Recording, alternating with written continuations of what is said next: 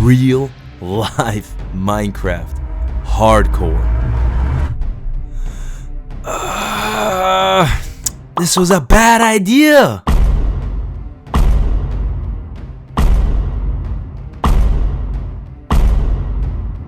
Everything is out to kill you.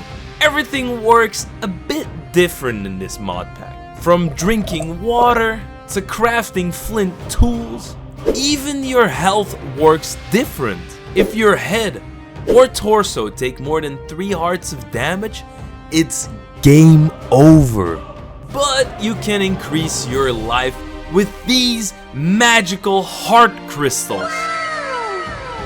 And oh boy, if you thought dragons, enhanced mobs, or blights were the only thing that could ruin your day, man, guess again.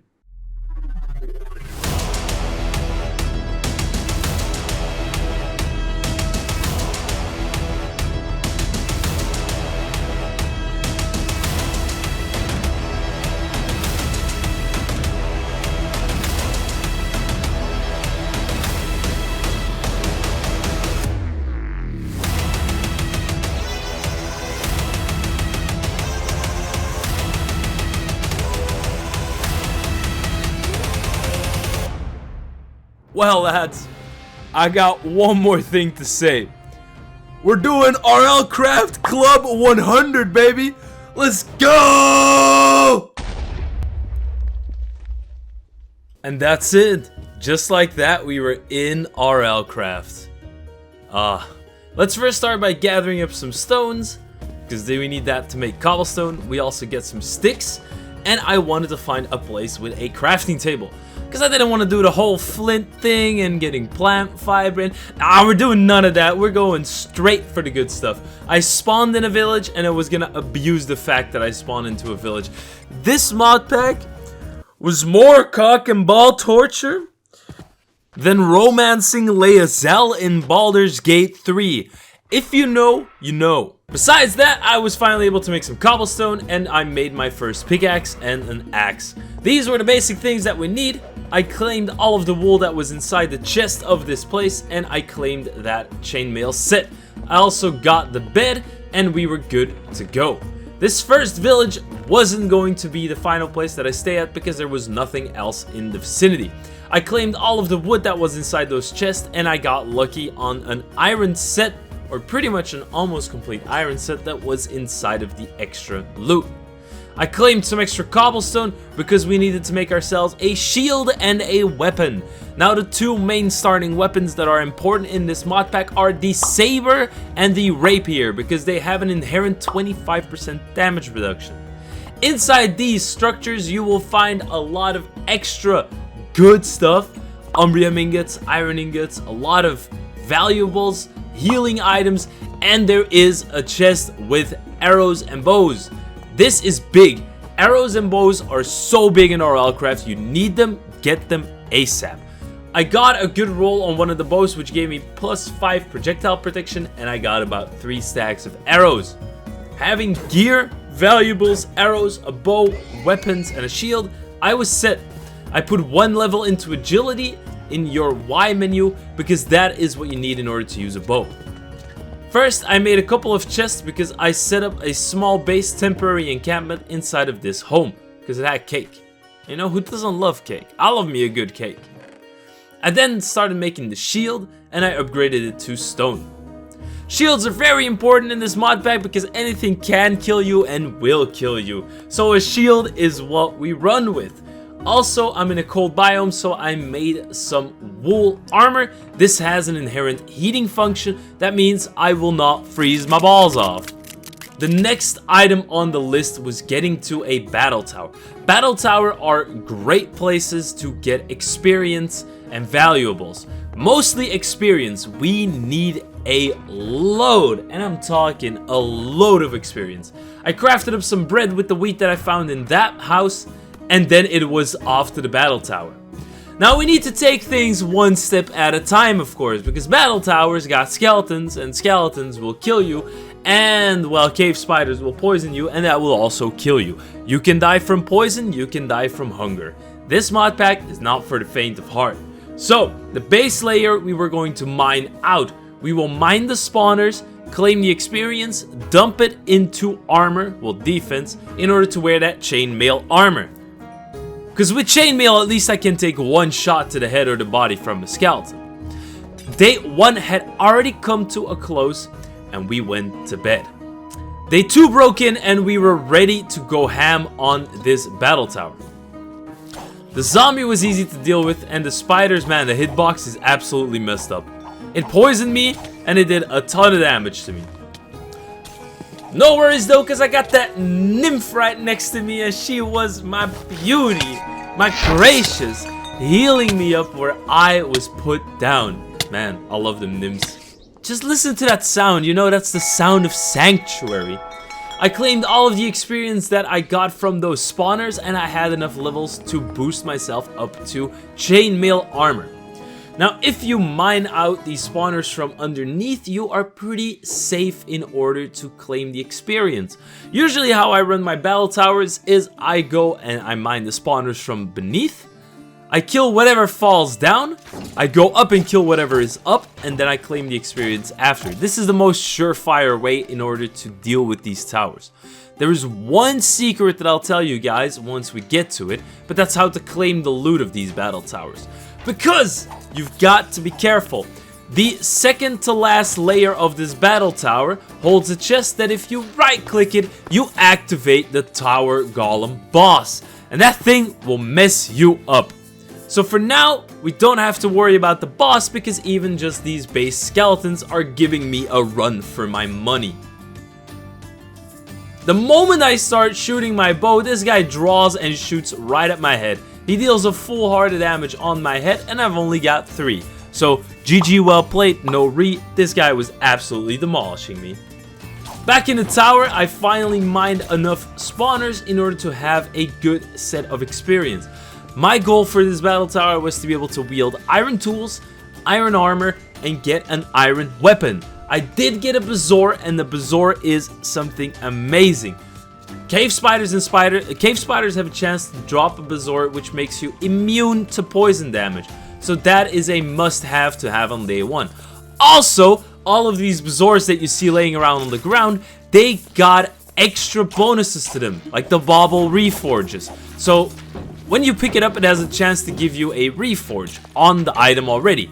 Undying is the best one, of course, but for now, any bonus I will take, because even like 10 extra damage gives me, well, pretty much 1 point of extra damage. 10% extra damage is good.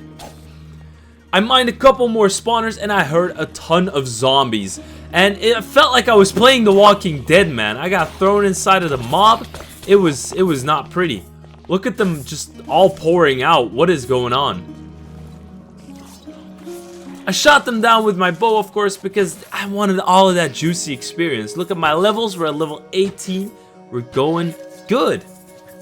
Claiming that extra experience, I felt that the day was already coming to a close. It was starting to get a little darker. So I started upgrading attack and we were at level 7. We were almost able to use iron weaponry. Iron weaponry is good because it has a little bit more damage than stone, but mainly the durability is so much better. Because as you see, my saber is about to run out of durability. Killing some extra mobs allowed me to, well, break my saber more efficiently, but it allowed me to advance a little bit more in this battle tower. Now, skeletons are the #1 thing that I need to look out for. This was a close situation, but I had an extra halberd that I had in my inventory. Now, as you see, I get mining fatigue 4 when I wield this halberd. That is because this is a two-handed weapon, and carrying a shield and a two-handed weapon, of course, makes you slow. So I switched around to my axe, which was a lot better. This thing had 9 damage, and the cooldown was so much better than the mining fatigue 4. When you kill mobs that are named like that one, they have a chance to drop enchanted gear. And this chainmail chestplate got protection 2 on it, which is juicy. This was absolutely juicy. I took out my axe and I found a heart crystal. Now, a heart crystal is something really important, because in the intro I was talking to you about those heart containers. With 9 of those crystals, you can make one of those containers to get extra hearts. So I was feeling really happy we already found some heart crystals. And yeah, don't worry. I know that spider gave me a run for my money, but we were fine. We were not fine. Oh my god. All my legs and my feet were broken. Completely broken. So I had to heal them up. What you're seeing right here is an item that I'm using which requires 1 wool and 2 string, and it makes you a bandage. A bandage heals 3 hearts over 3 seconds, and you apply it using 3 seconds pretty much in the heart menu. These items are clutch. Every single healing item in this game is clutch before we get good enchantments. So I also leveled up my mining in order to use an iron pickaxe, and I had to take a break from that battle tower for a moment. I had to go back to my base and organize. Because we had a lot of levels invested and we did not have the facilities to use the iron equipment yet. So I wanted to call this place my home. For now, this is a temporary home. There's gonna be some stuff happening pretty soon. And this is the trick that I was talking about to you guys earlier. And I made an iron helmet even though my chainmail helmet has got 2 locational armor. So we were sticking with the chainmail one. The hopper is what I wanted to talk to you guys about. The hopper is the thing that will allow us to loot the previous to last chest. Because if you place a hopper down, you can loot it. And this Enderman was not having any of it. This guy dealt 2.5 hearts of damage to my body. I didn't even realize it at the time. I just thought I lost some hearts and this guy was scary, but 2.5 hearts of damage. Man, Endermen are scary. I healed up my body using a bandage and I healed up my foot using a bandage. And then it was time for bed. We had to take a small breather. After that good night rest, we were on day 4. I still had to kill that Enderman though, because he was skulking around. For some reason, he wasn't angry at me anymore, which was a good thing. So the next best thing I could do was make a little platform and whomp his ass with the axe. Because I was gonna ask him his question. Oh, that's such a bad joke. A Reaper did spawn. I don't know why, but I thought Reapers only spawn. Ooh, Wither Skeleton Skull. I thought Reapers only spawn when you kill passive mobs, but apparently also when you... Oh yeah, well an Enderman is kind of passive, right? Until you attack it. Anyway, killing some more mobs and getting some more experience was the awesome way to go about this. I started shooting some more spiders, killing some more mobs. We had a lot of experience to get, because if you don't know, in RLCraft, experience works in the next way. You've got 2 leveling tabs. You've got your Y level tab and your L level tab. Your Y level tab is what increases your stats, your defense, your attack, your magic, your gathering, all that good stuff. That are the stats that have requirements in order for you to use items. Now your L leveling tab is the tab that will give you passive and active bonuses, usually passive though. In the early game, you are mainly focused on getting your Y level tab up. In the late game, you start going more in depth in the L tab, because it will give you damage reduction, it will give you melee damage, it will give you crits, smelting speed, digging speed, all that good stuff. So we need a lot of experience, because if, for example, if you want to level your defense from 15 to level 16, you need 16 experience levels. If you want to upgrade your defense from level 16 to 17, you will need an additional 17 experience levels. And these levels go all the way up to 32, which is absolutely crazy. So you need a lot of experience.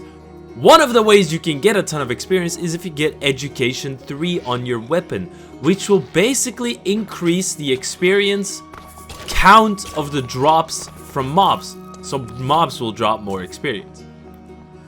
Anyway, we are going to go back to this battle tower after that small little lecture where my axe breaks. And yeah, well, I did not have any weapon left because the halberd also broke. I've already gone through 3 damaging items, so I need new weaponry, man. I need new weaponry. So I thought it was time to make a quick stop home again. I looted up all of the chests inside the battle tower and I got some pretty cool stuff. Now, if you Didn't know you can smelt items like you've seen in order to get... Oh, I accidentally activated the battle tower. Okay, this is a bad position to be in because I was supposed to use the hopper on that chest. Alright, we'll just try to get away. Oh, this is starting to get a little bit shaky. This guy has unlimited range, by the way. As long as he can see you and you are in his line of vision, this guy will shoot fireballs at you. Yeah, and it's gonna get pretty rough in just a little while. Because I was just sorting through all of my stuff and I was getting ready to start smelting some stuff when... Yeah, you hear that? Oh yeah, you can hear it. That guy is exploding everything outside of my base. And it's getting really close. Oh my god, it exploded my base! Okay, we need to change the plans because this guy is gonna just completely blow up everything that I have. We were quickly going to make a small nighttime visit to the Dream Realm, and then I was gonna get all my stuff and I was gonna dip, man, because this is not a good position to be in. Grab all my valuables and let's start being a nomad. We're going to run away. I'll come visit you again someday. I just quickly made an iron saber and an iron pickaxe because I definitely needed to upgrade to iron tools, which I now did, and it is amazing. I got myself an iron shield, an iron saber, and an iron pickaxe, and I was feeling really good. These tools were going to allow me to get experience so much more efficiently. That's a cool tree base, not gonna lie. There's a lot of things in this mod pack that look awesome. It is one of the mod packs that I've always loved to play, but so much has changed since I played it last, like I think it was a year or two ago even. I got to a new village and this place looked pretty solid. I immediately claimed the white wool that was inside of that one structure, and I raided the blacksmith, which had a ton of iron stuff. Which is awesome, of course, because we can smelt all this down.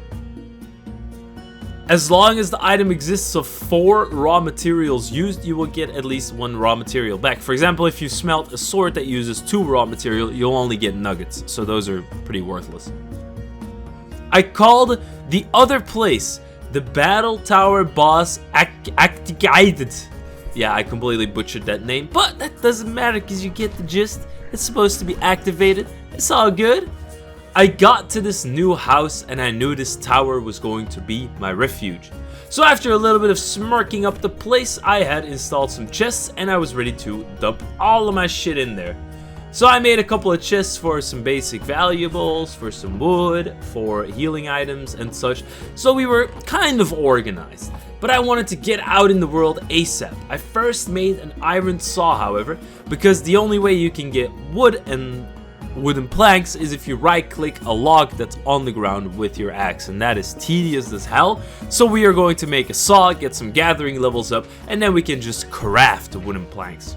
Or we can just loot them from the world, which is also a good way to do it.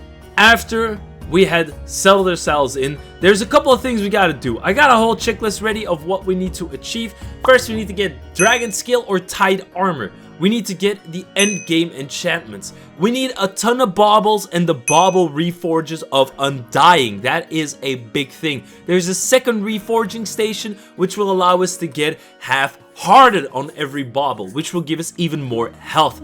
And we need to get a flying mount, a wine brewery, and we need to start investing in the leveling menu of the L menu.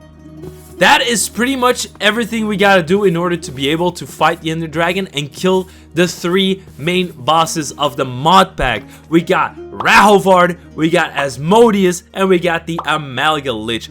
All of these 3 atrocities that look not even remotely as good as Lucy from the gas station at 3 AM after I've had 20 drinks. We're gonna take them down easily. I did take a quick nap in a nearby house, and this place is a roguelike dungeon. Pretty much what it means is that the bottom floors all have randomly generated spawners that spawn mobs with armor and weaponry equipped. That was something we'll cover later though. First, I looted up the chest inside of that roguelike dungeon, and it had Lesser Smite 3 and Lesser Flame. Fire aspect. It's called fire aspect. What am I saying? Flame. Flame is for bows. Stupid. But this sword was really good for slaying undead mobs, and what spawns usually in these battle towers are skeletons and zombies and spiders. So it's a pretty good sword, man. I was gonna use this for a little while. I claimed all of the experience that I could from this battle tower, and we got to level 24, which is amazing. Also, look at those water physics. You can't tell me that doesn't look awesome. I invested a couple more points into defense because we needed defense level 16 in order to use diamond armor. Sadly, we didn't have any diamonds yet, so it didn't even matter if I level it. And I had to be careful because there was a dragon around, and I did not want to deal with that dragon just yet. I felt again like I was in The Walking Dead, and I felt like Carl because I didn't have any idea what I was doing. And for some reason, the zombies just explode! Oh, it's one that shoot fireballs, of course! This mod pack is wild, they be wildin', oh my god. So I wanted to shoot my bow, and it was a small zombie that was enchanted. That was crazy. Oh my god, it's still out there, what is this? So something is still shooting at me. I didn't know what it was. I thought I killed the small zombie that was enchanted. And oh, it's a fiery, ghastly ninja cloaking zombie that's invisible, and it's a baby zombie. And explodes when you hit it. Of course. Of course. It did drop a bronze longsword, which was pretty good. And then I got struck by absolute devastation. I got thundered, I got set on fire, I didn't know what was going on, and there was an Enderman angry at me. This mod pack be playing with me, I'm telling you. Okay. After dealing with that Enderman, I went inside of the roguelike dungeon because I found 17 torches. And let's be real here, normally you don't run torches in a dungeon, but when you're dealing with RLCRAFT, I kinda want to get torches with me so that nothing can spawn behind me. Got a protection 1 book, mined that spawner, placed some more torches down, and we were doing really good. I looted up a couple more chests and I found another enchanted book, which is awesome. I got a propulsion 1, which is not that good. I did find a golden horseshoe, which if you have magic level 32 or agility level 32, you take no fall damage anymore, which is kind of nice. Heart crystal shard is big, however, that is really big. And we were going towards the last corridor that I still haven't figured out. And there were spiders and chupacabras, so I went back home. 'Cause I'm not looking to deal with that just yet. I went to bed, I slept up, I ate good, and I was feeling kind of comfortable enough to take on those chupacabras. And it was easier than I expected. They only took 2 hits. Now, one of the things I wanted to work towards in these first 10 days was I wanted to get some potion rings going. And mainly I wanted to get either haste or strength going. Potion rings are an artifact, a bauble in RLCraft that give you a permanent potion effect. So, for example, I now deal 10 damage. If I get 2 potion rings of strength, I will deal 16 damage. Which is big, that's a 50% damage buff. So, we definitely had to work towards that. As you can see, I put some extra levels into building, and you might ask, why is that? Because in order to use an anvil to use enchanted books, we need level 12 in building. And as you know, I've already visited a couple of villages, and there's always, if there's a blacksmith, there is always an anvil inside of those. So we're definitely going to rush that. I did find a ruined battle tower, and, well, yeah, it had blazes, which is good, because then I can get blaze powder, and I can make the potion rings of strength, because you need a magma block. But sadly for me, this place is, yeah, kind of rough. It is kind of rough. That is a very scary sight. So I tried to take them down from afar, and this blaze can wither me as well as set me on fire, and it's really scary. Oh, you gotta be joking, man. The maca meat is king though, because it gives me absorption. That is a king meat. Yeah, it's like a A5 Wagyu steak, man. It's good stuff.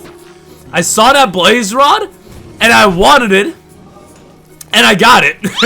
So we need at least 4 blaze rods if we want to make a potion ring of strength, because we need 4 blaze powder, And we also need 1 magma block. And you can make a magma block in different ways, but the easiest way is to get 4 slime balls, combine them with 4 blaze powder to make 4 magma cream, and then you can make a magma block. After shooting down so many blazes for the most part of this day, I finally destroyed that spawner, and I needed to get the blaze rods that were still inside. I saw 1 blaze rod laying around over there, and I really wanted it.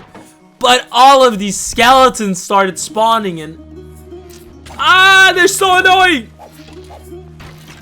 These skeletons were shooting up the whole place. They were shooting each other. Friendly fire was turned on. It was starting to look like a Black Ops 2 lobby, or even worse, a Modern Warfare 3 lobby with a live voice.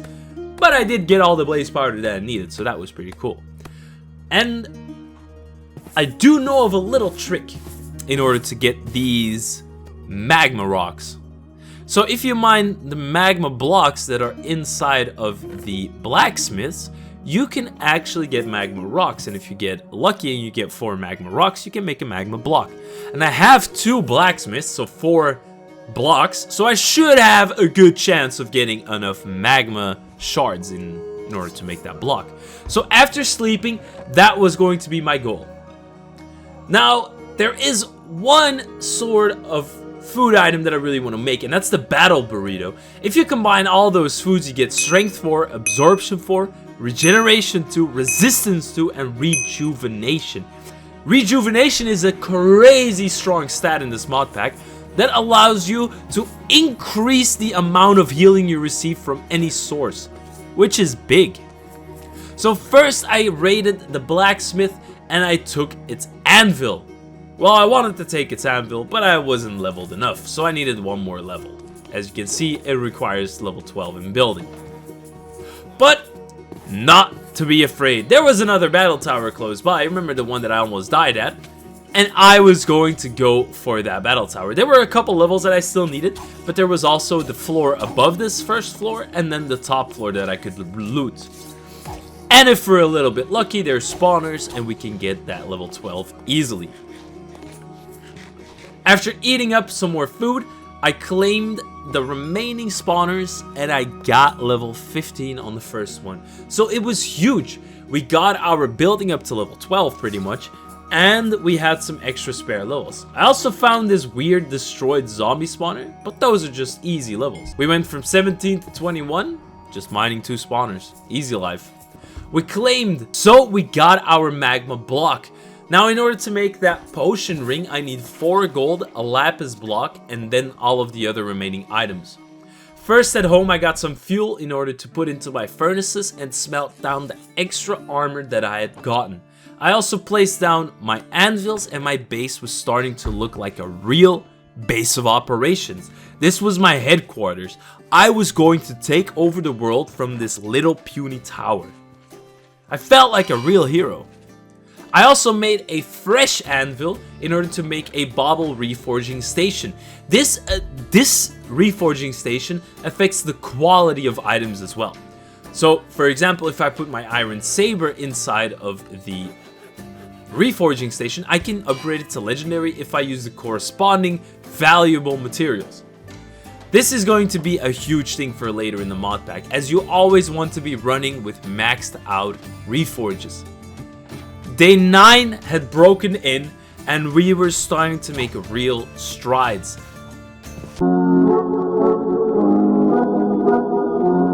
I really didn't like the look at that. Well, at least I got some prismarine crystals and shards from that, which is what you need to make the haste ring, but you needed 4 prismarine crystals. So that was kind of a letdown that I only got 3. Anyway, I was going to go back to that one structure that I saw with the lapis blocks, and I mined up as much lapis as I could because I wanted to make that strength ring ASAP. I made my way back home and I got some extra maca meat, and because I have the lesser flame, no, it's not called flame, the lesser fire aspect, I was able to get the cooked maca meat immediately, which is awesome. I then took out my gold and my blaze powder in order to make that potion ring of strength. Now this potion ring is going to make my life so much better. Also, when you create your ring, you get a roll on your bauble reforge and quality. This potion ring of strength didn't get any rerolls, so I took out the remaining gold that I had and I made some reforges on it. So for example, you can see now that it is armored, now it is punishing. Punishing is actually pretty good, but we're looking for undying. It is quite difficult to get, but undying is the way to go because it gives you damage reduction, extra health, and magic shielding, I believe. So once we get that, we will be set. There is also a second reforging station. That one will allow you to reforge using levels, but that's for a little bit later because right now we still need the experience. I also upgraded my pickaxe with advanced efficiency 2 and my chestplate with protection, and then I went on to do some exploring. I got this like weird submerged battle tower and I wanted to test out my advanced efficiency on those spawners. Because the faster I can mine the spawners, the less mobs spawn and the more efficient I am in getting experience. And ooh, that's fast, man. That's really fast. And what are these things? God damn, these jousts are everywhere. And they deal a lot of damage. But that strength is spicy. Just look at me ripping through literally everything. I'm two-shotting those alphas. Well, this one I three-shotted. But, I mean, you get what I mean. Like, this is awesome. Potion Ring of Strength goes hard early game. I also, because I used my sword with the lesser fire aspect, I got some cooked joust meat now. And for those who know, cooked joust meat is awesome because it gives you speed 3. Speed 3, dude. It's awesome. There were 2 extra battle towers that I wanted to take on in the morning, but first I had to rest and sleep. Day 10 broke in, and we were going to rush towards that destroyed tower in order to get as much levels as possible, in order to upgrade our defense and our attack. Because that's how we roll. We're just going and going and going. Like this mod pack, we are not resting. We are going hard. We're not doing any of that building stuff. We're not doing any of that weird stuff. We're going looting, raiding, killing, and winning. We're just gonna be winning. And let's see that joust meat in action. Look at this. Fast as fuck, boy. We eat the joust meat and we get the speed 3. We're just zooming. I got that tower that you see right there on lockdown. First though, I made sure to cover up all of this lava because man, you do not want to be around the lava pool. You do not want to be around that stuff. Trust me. Stick around the lava pool long enough and you'll know why I covered that stuff up. Inside the battle tower, I'm two-shotting zombies. I'm two-shotting the skeletons. I'm feeling so good. And it was awesome because now I could just climb on top of the chest. I could mine the spawners easily, kill everything that's on top, and get so many extra levels. I invested more levels into magic, so we got magic 12 now, which allows us to use the enchanting table. There is also another thing that we need to get in these 100 days, and that's a disenchanting table. It's a little bit more difficult to make nowadays, but it is awesome. You can take off the first top enchantment of an item by just using a book and the enchanted item. It is huge! It upgrades your world to the next level. Also, those mobs are annoying as hell. I don't know who designed them, but Shivaxi, you're a goddamn asshole for doing that. Killing these mobs, however, was pretty easy. As long as no blights or no infernals show up, I should be pretty good. I also got that hopper with me in order to do the, ooh, that's a lesser sharpness 5. That is really good. But yeah, like I said, I got the hopper with me in order to do the strategically placed hopper in order to loot the second to last chest. And I was hoping to get like an EXP tome, recalling potions. I was hoping to get some really good stuff.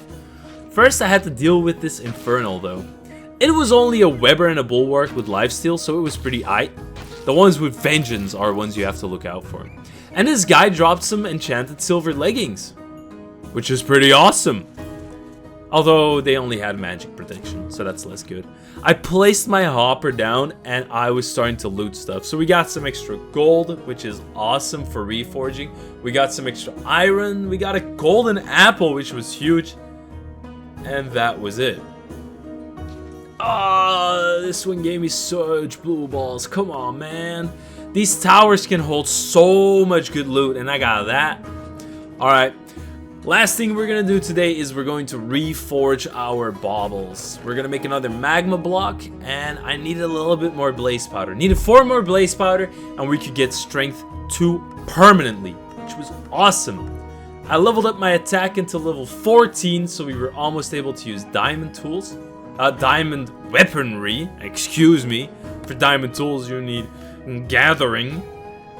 And I made another normal basic potion ring in order to get an extra bonus. I did, however, have some extra gold, so I did some reforging. And, well,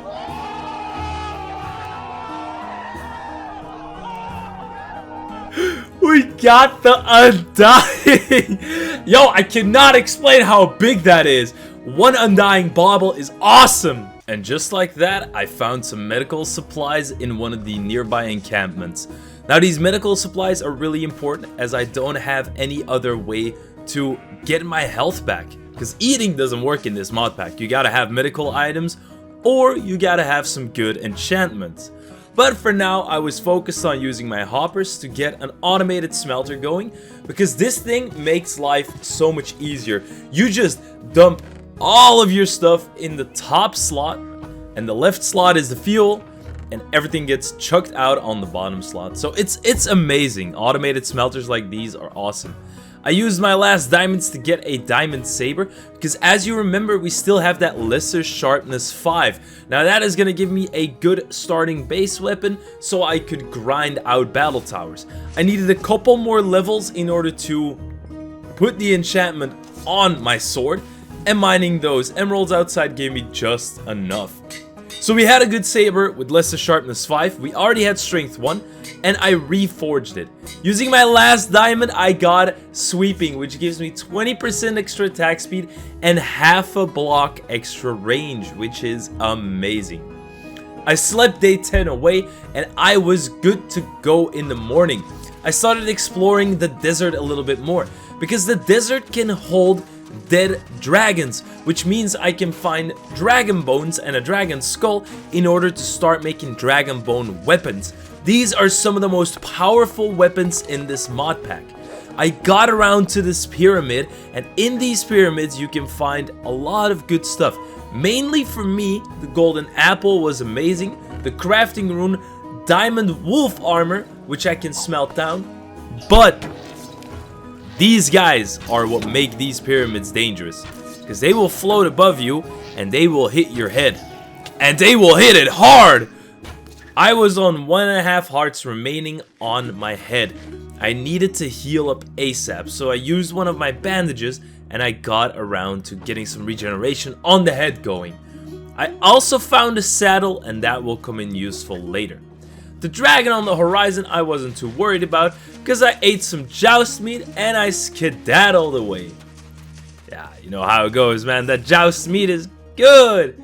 I was having some temperature issues because, yeah, I was burning up in this desert.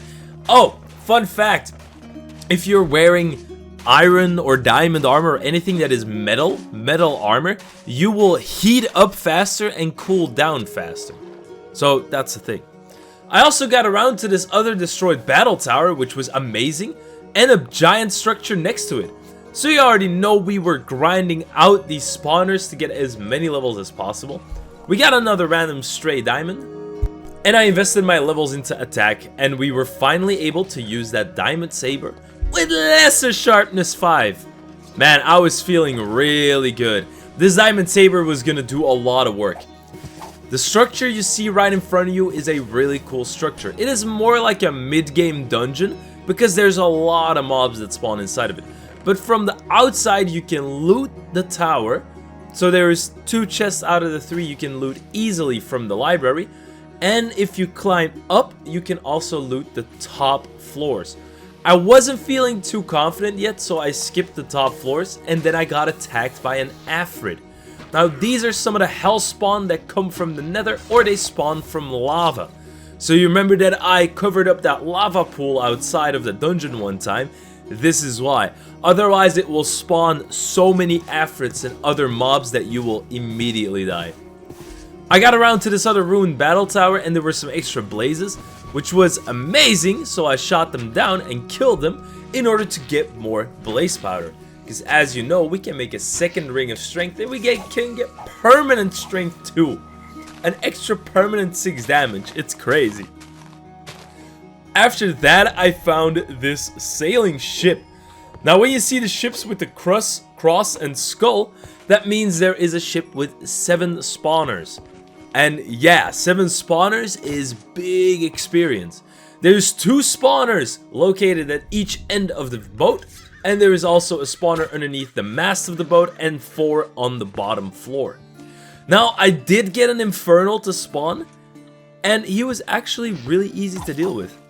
It was great. He dropped some iron boots, and I wanted to see what those boots were all about. Maybe I could get some good enchantment, maybe some advanced protection, you know what I'm saying? Ah, okay, it's just unbreaking. Yeah, it would have been great if it was advanced protection. I also got Fossil Digger, which gives me more coal. I got Golden Osmosis, which pretty much means I have mending for golden tools. And we were set. Oh, I did also get that perfect recover, which means that if I break glowstone, I will always get 4 pieces back. And equivalent blocks, I will always get 4 pieces back.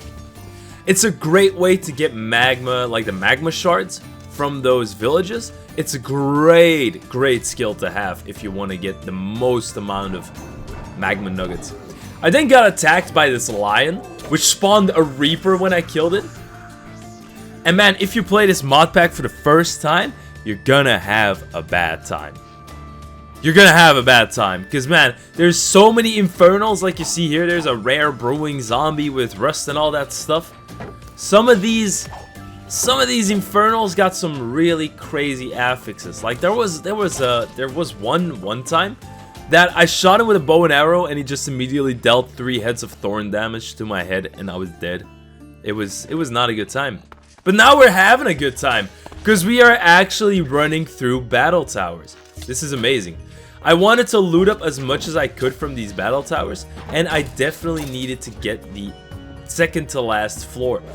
I was sure that I was not ready to deal with the battle tower, well, boss yet, because man, that golem's pretty strong.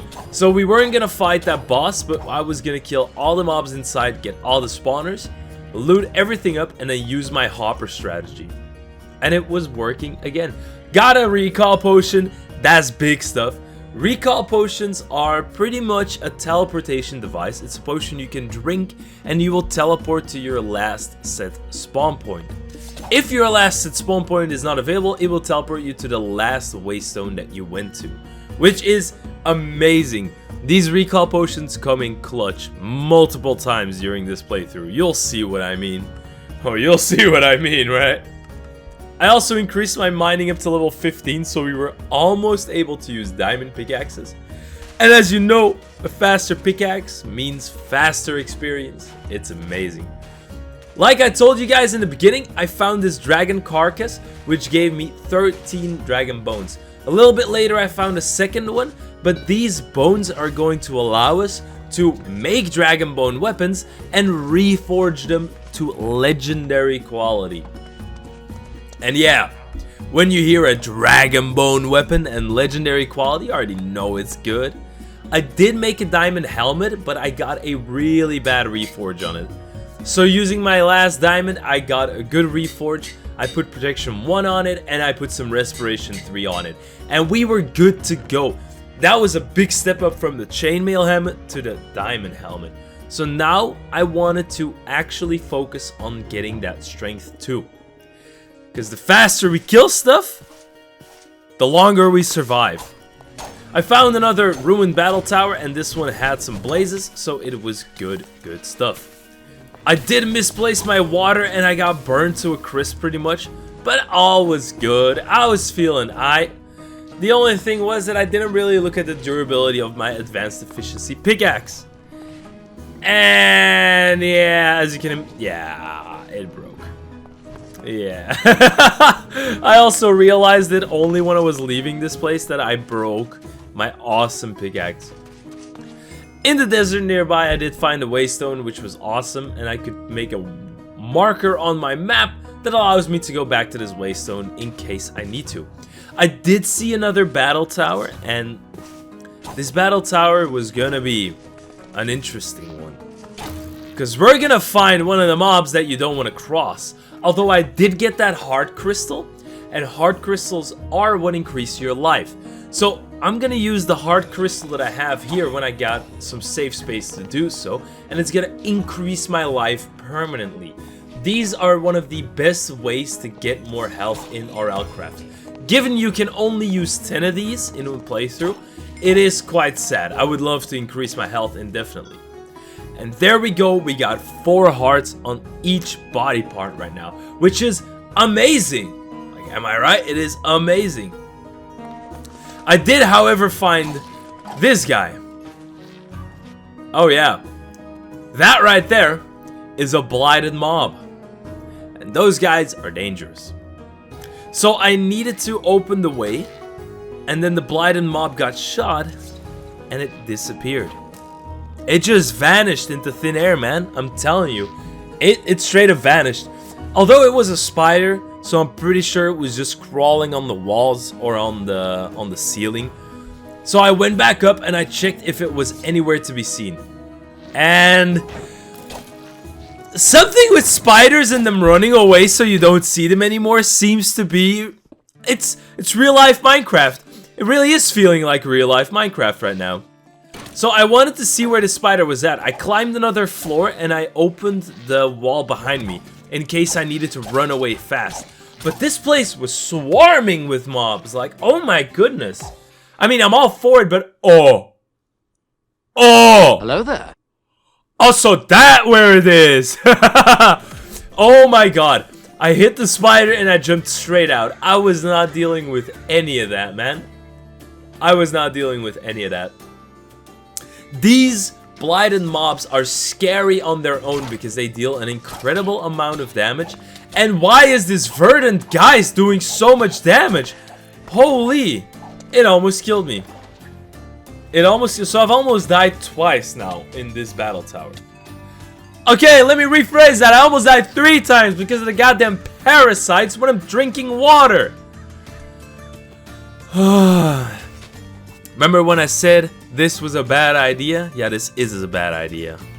Okay, increase my defense a little bit. And that is the L menu you see right there. I got another, well, infernal mob and it dropped a cool halberd. But oh, yeah. Let's pause right here. If you have a blighted mob, it will deal thorns damage. And a blighted mob can deal a ton of damage. So just see how fast this guy goes. Oh yeah, if I hadn't jumped out, that would have been the end of me. In one hit, he dealt more than 9 hearts of damage to my feet. If that was on my body or my head, I would have been dead. But it's a spider, so luckily it can only hit the bottom of my hitbox. But yeah, just imagine if it's a normal zombie. It just straight up smashes your head. You're done. And they're incredibly fast, as you saw. It just flung out. It was like a slingshot. Though, the good thing about these blight mobs is that they drop a ton of heart crystal shards, healing items, and a bunch of experience. Like you saw, we went up to level 31. So, the blighted mobs have their downsides and they're really dangerous, but they are a great way to get an incredible amount of experience. So, I was really happy with that. I used the levels on my defense because we need to get to dragon armor really quickly. Like dragon armor or tide armor, those are the 2 things we're going for. I did have enough heart crystal shards to make another heart container, which was awesome. And I got another heart on my head. We were at 5 hearts. So I was feeling good, man. I also tried to reforge this Bazaar to Undying, but I didn't get lucky, sadly. I mean, we'd gotten lucky before with that strength ring, if you remember, right? I did, however, get enough blaze powder to make my other strength ring. So we chucked everything inside the crafting table and we got our second potion ring of strength, which means we have permanent strength 2 now, which is amazing. My sword deals 6 damage, my strength deals 6 damage, so I'm at least dealing 12 damage points each hit. It's amazing. It is so amazing. What is that though? What? Is it the Gilded Great Worm or the Cryptic Executioner? I'm not sure, but that whatever is on fire, it is enormous. It is enormous. Shooting it doesn't really work apparently. So back at home I decided to quickly enchant some of my stuff. I got power on the bow, efficiency on the pickaxe. I couldn't really get anything on that axe, but I did get protection on the boots and the pants. My chestplate, however, didn't have any good enchantments. I also reforged my bow, and this took a lot of reforges. I really wanted to get that legendary for the projectile damage, but it took me more wood than I imagined. But I got the 15% bonus, which is really good. I then also reforged my shield to give me some more magic protection, because a lot of things in this mod pack deal magic damage, not physical damage. And I wanted to check out what baubles I could all make. Now these are sorta endgame baubles. Yeah, these are definitely endgame baubles. But the Fire Dragon's Eye, back when I used to play RLCraft, this was one of the best things you could get. Like the Stone of the Sea, the Fire Dragon Eye, like those were the main goals. Now, there are other things now, other baubles that you really want to work towards, but they are a little bit later into the mod pack, so we didn't have to worry about that just yet. And I wanted to explore this Lycanite dungeon, because I was feeling like I could maybe take on a floor or two, maybe sneak up a little boss in the process. And that's when I found these guys.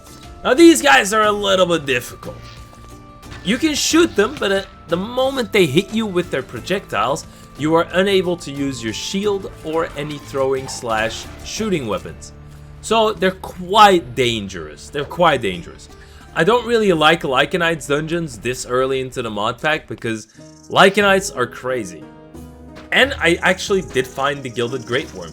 So you know what I had to do, right?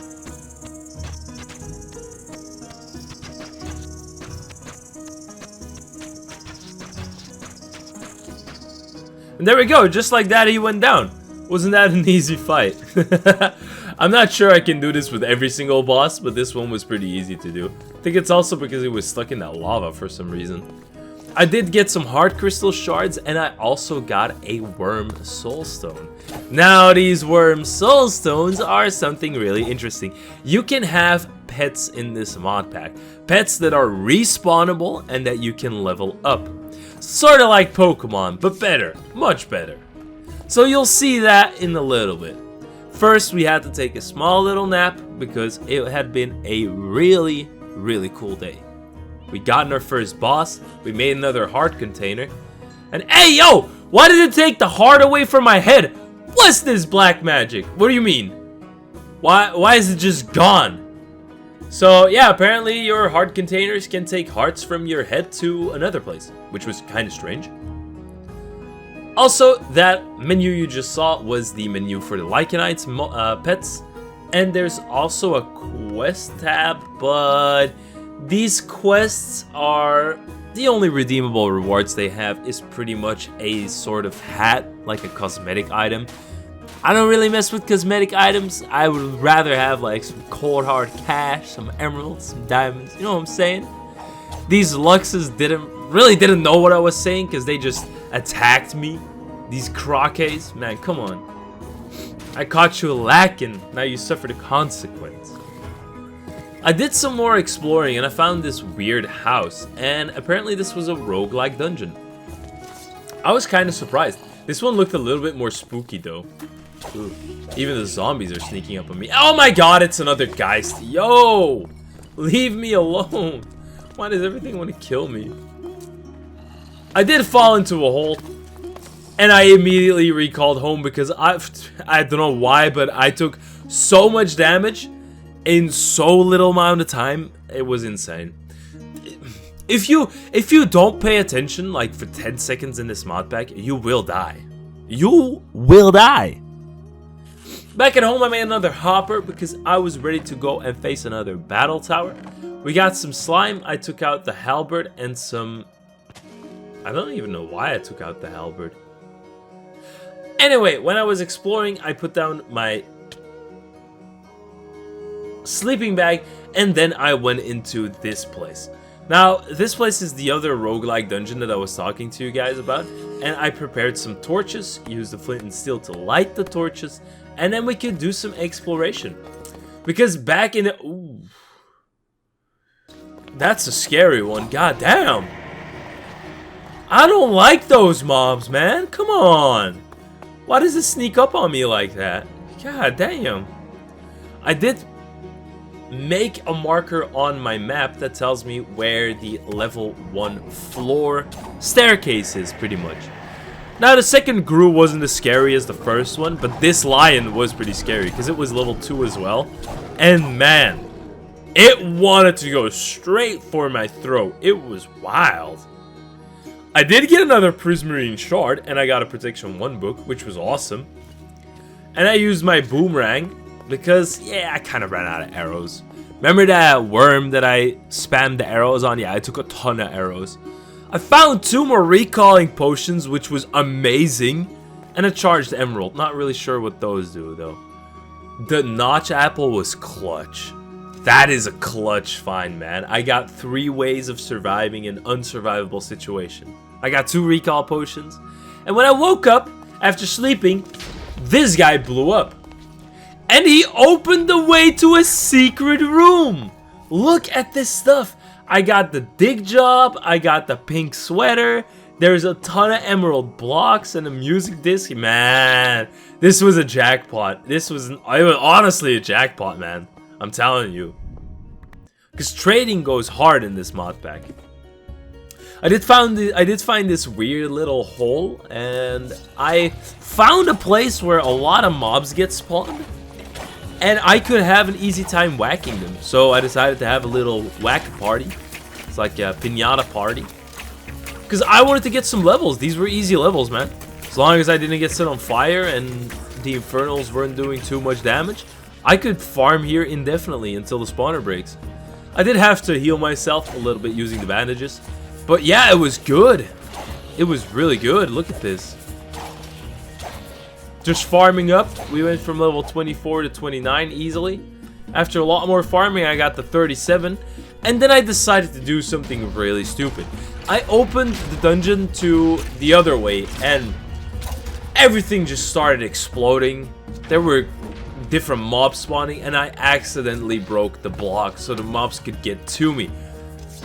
It didn't take me long to realize I had to get out of here. I had overstayed my welcome, and if I was gonna stay there any longer, I was gonna die. I did upgrade my attack to level 22, so we were really close to using Dragon Bone weaponry. Yeah, Dragon Bone weaponry already, boys! I'm telling you, it's gonna be good. I spotted a sea serpent beached on the land. So I wanted to kill him, but by the time I arrived, he was already back in the water. So I couldn't cheese my way until some tide armor. I did find a new battle tower though, and this was awesome. I was testing out my boomerang, and it was actually doing a lot of damage for a boomerang. And that's kind of when disaster struck.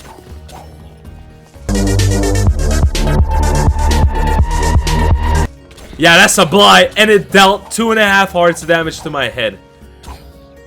This was close, man. This was close. It was way too close for comfort. Honestly. I ate up the golden apple because I was having none of it, and I wanted to kill this guy as fast as possible. Because, man, these things are scary. Got some more heart crystals, got some extra levels. And I needed to go home and take a nap. I just took a nap out on the beach because, man, it was rough. But we did get our attack to level 23, so that was cool. Coming in hot at day 21, the boomerang was coming in clutch with killing these absolutely defenseless, harmless rabbits. Hey, I mean, I need a rabbit's feet for the good luck, man. What can I say? I also spotted a library in the nearby village which had Education 2, Protection 3, Looting 2? God damn! And this guy was trading Lesser Sharpness 1, which was meh. But in that other chest, a Lesser Sharpness 5, Fortune 2, and another Looting 2. So this was a village. It was really good. It was really good. Like, these are some great first enchantments. So I took my helmet immediately at home and I put Protection 3 on it. So it was a solid helmet. And I also got the Vampirism. So you know we had to put the Lesser Sharpness 5, the Education 2, and the Vampirism 2 on my saber. Now, when you get Vampirism, it is the first step into the mid-game. Because now I don't have to rely that much on medical equipment in order to regain health.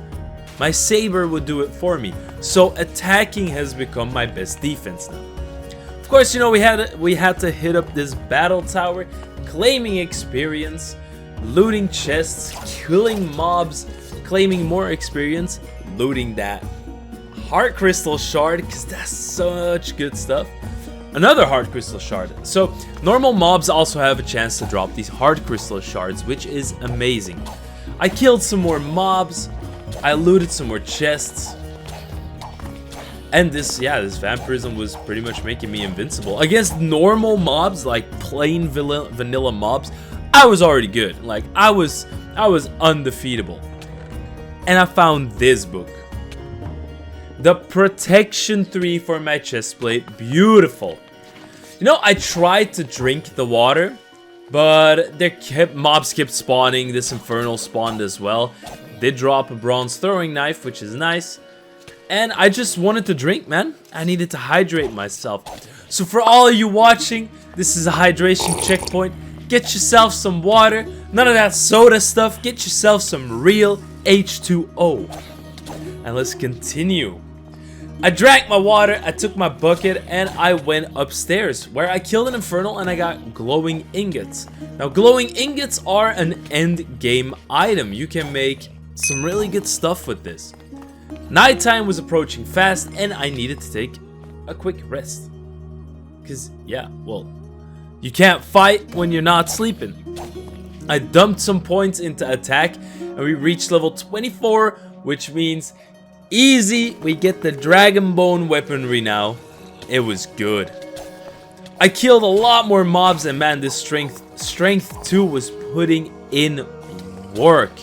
I also got a balloon in that chest, which means that I can now jump twice as high. Like, I can jump 3 block gaps now. Like, 3 block gap high, which is amazing. I used the hopper strategy because I still didn't want to fight that battle tower golem boss. And the loot in this one was okay. We got some glowstone.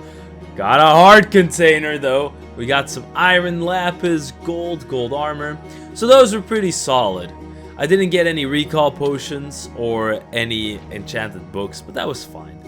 Got the hard container done and we were looking real good. I was taking a lot of damage because I think it was summertime as well. Because you have seasons in RLCRAFT as well, like seasons go by the season. And I think now was summer, so everything was burning hot. With these glowing ingots, I wanted to upgrade one of my Bazaars to a Poison Fang, which has a 20% chance to poison whatever I'm attacking, and you deal increased damage to whatever is poisoned. So if we stack that with the Viper enchantment and the Envenom enchantment, we're gonna deal a load of damage. I invested some extra skill points into defense and I upgraded the chestplate with Protection 3, so we were looking like a menace. Full enchanted diamond, vampirism, and I got advanced power 3. Now, you can also upgrade bows, and I made an iron strengthened longbow because my agility was not up to par in order to use a diamond one, so I just reforged this iron one to powerful. And I was gonna put strafe 2, which makes me draw the bow faster, and advanced power 3. This bow was going to deal 20 to 30 damage easily with these enchantments. For now, I could only put the strafe on, and I needed a couple more agility levels, so we'll get to that later. I also made a soul gazer, and I also need to make a soul stone. Soul gazer is used for the lycanite mobs in order to access the, well, let's say, menu, and to see your pets and your summons and all that stuff. You can also use a soul gazer to gaze into enemies to get knowledge on what that enemy is. At certain knowledge ranks, you can summon them, or you can look at what they drop and the health they have. I was just randomly exploring, given a good explanation, and this thing just decided to attack me. Yeah, so I slit its throat open and we're good to go again. That what you see in the background is an endgame dungeon. That one holds a boss, and I'll save the surprise for later, but this boss is whack. I then did a ton of exploration. And when I say a ton, this is sped up 3,000%. I'm not even kidding. It took me a whole day of straight running to just find anything. So yeah, enjoy this, enjoy that one. Took a quick nap, and we took a nap right next to a battle tower, which we were going to explore in the morning time. Because as you know, these things are easy experience, and we gotta keep doing these. The faster we get all of our Y menu skills, like the defense and attack, to level 32, the faster we can start level dumping into the L menu, which can make us get a 25% damage reduction and like a 40% damage increase. Like, that L menu is gonna go hard. It's gonna go hard. I also found this risen up battle tower in the middle of a village, which was pretty interesting. It's a cool spawn, actually. And then I invested the levels that I got into agility, which gave me just enough agility to start using this iron strengthened longbow. Right now it didn't deal that much damage because it only had strafe on it, but it was good. The draw speed was a little bit faster than a normal bow, and yeah, it still did a solid 8 damage. After claiming all of the spawners on this battle tower, I spotted a full battle tower in the distance. So you already know we went straight towards that one, and I was feeling ready. I was feeling confident I was gonna place water all around this battle tower in case I had to dip, but I wanted to take on this guy. And as you know, my luck is absolute garbage, so you'll see why this battle tower was not a good idea. It started like any other normal battle tower. I kill mobs, I destroy the spawners, I get the experience, I kill more mobs, get more spawners, rinse and repeat. Good stuff. We were already leveled up to level 31. We were going hard. That education 2 on my saber was putting in work. Absolute work. I killed a couple of infernals. I got some extra loot. Fighting 2 infernals at the same time wasn't even an issue anymore because of this vampirism. It was so good. And the moment I started reaching the top of this battle tower, I started getting this, you know, this gut feeling that something ain't right with that tower boss. You know what I'm saying? Something ain't right. My spidey senses were tingling, man, I'm telling you. But deciding to calm my nerves and just rinse and repeat, loot all the chests, I got some diamond pickaxes, which were really nice, and golden apples, which will come in handy later. I had to first take a nap. Of course, another Reaper spawn, because you know these guys cannot leave me alone. Dispatched of him easily, and in the morning time, I scaled the last layer of this battle tower. Of course, I had to use my hopper strategy, but I also leveled my agility so I could take the undershirt skill. Now, this skill allows you to survive a hit that would normally kill you every so often, which is awesome. I also invested in dodge and roadwalker, so I pretty much have a dodge ability and I walk much faster on roads, which is great, you know. I opened my L menu and I took the chance for random crits, and I also took the chance for melee damage. So we had enhanced critical hit rate, enhanced damage, and I accidentally opened the chest instead of using the hopper tactic. But that was no issue, because I was ready to deal with this guy. I ate a golden apple and I was gonna go ham on him. Little did I know that this guy wasn't an infernal, he wasn't a blight, but he was a named mob. And yeah, of course, he has increased health, he has increased damage. Man, this mod pack really does not want me to have shit. Can't have shit in this mod pack. Everything just wants you dead. It's no escaping it. But I felt great. I knew I could take this guy on. He was gonna drop down. I was going to go charge at him. And man, I was dealing damage. This strength 2 was doing good. Although he did hit me pretty hard, which got me down to about 2 hearts on my head, and I got kind of scared. I did eat up, and oh, he apparently died somehow. I'm not entirely sure how he died, but hey, it was good for me. That's when I made a critical error. I started looting the tower as it was blowing up. And yes, that is so close to death. Oh my god. How can I be this stupid? Oh. Whoo. Man, this ain't... I'm not speaking about light work, no reaction anymore. This got me on my tippy toes, man. You know when you're getting a snack at like 3 AM and you don't want to wake up anybody in the house? That's how I was tippy-toeing to not take any damage from something. Because damage from anything at that point would have killed me. I went back in the tower and I looted up everything that was inside. There were some blaze rods, glowing ingots, there was some diamond stuff. It was good. It was a good haul. I got some extra XP bottles, and apparently you can place down blaze rods. Since when is that a thing? I mean, I've been playing Minecraft ever since, and I've never seen that a possibility. So that was really strange. I went to the local village nearby, and I made a waystone which I called Far number 4, or I tried to call it number 4, but my numpad wasn't working. Called it Far 4, so I know where to go when I want to go exploring again. Back at home, I also made a summoning staff. Now, this is where the Soul Gazer is going to come in clutch because we need to start analyzing some mobs. I have one mob in mind, and that is the Aegis. It is the flying iron golem, blue type of thing you see flying around in villages. Now, the Aegis is really good because it has high defense and can dish out some good damage, so it's good to take aggro. Now, the problem being that we need to analyze it or kill it. So first, before we did that, I definitely had to repair all of my armor. I repaired my boots, I repaired my leggings, and we were looking sharp. I also wanted to repair my saber. And I reforged the balloon. So I got magic shielding and armor on the balloon, which is actually really good.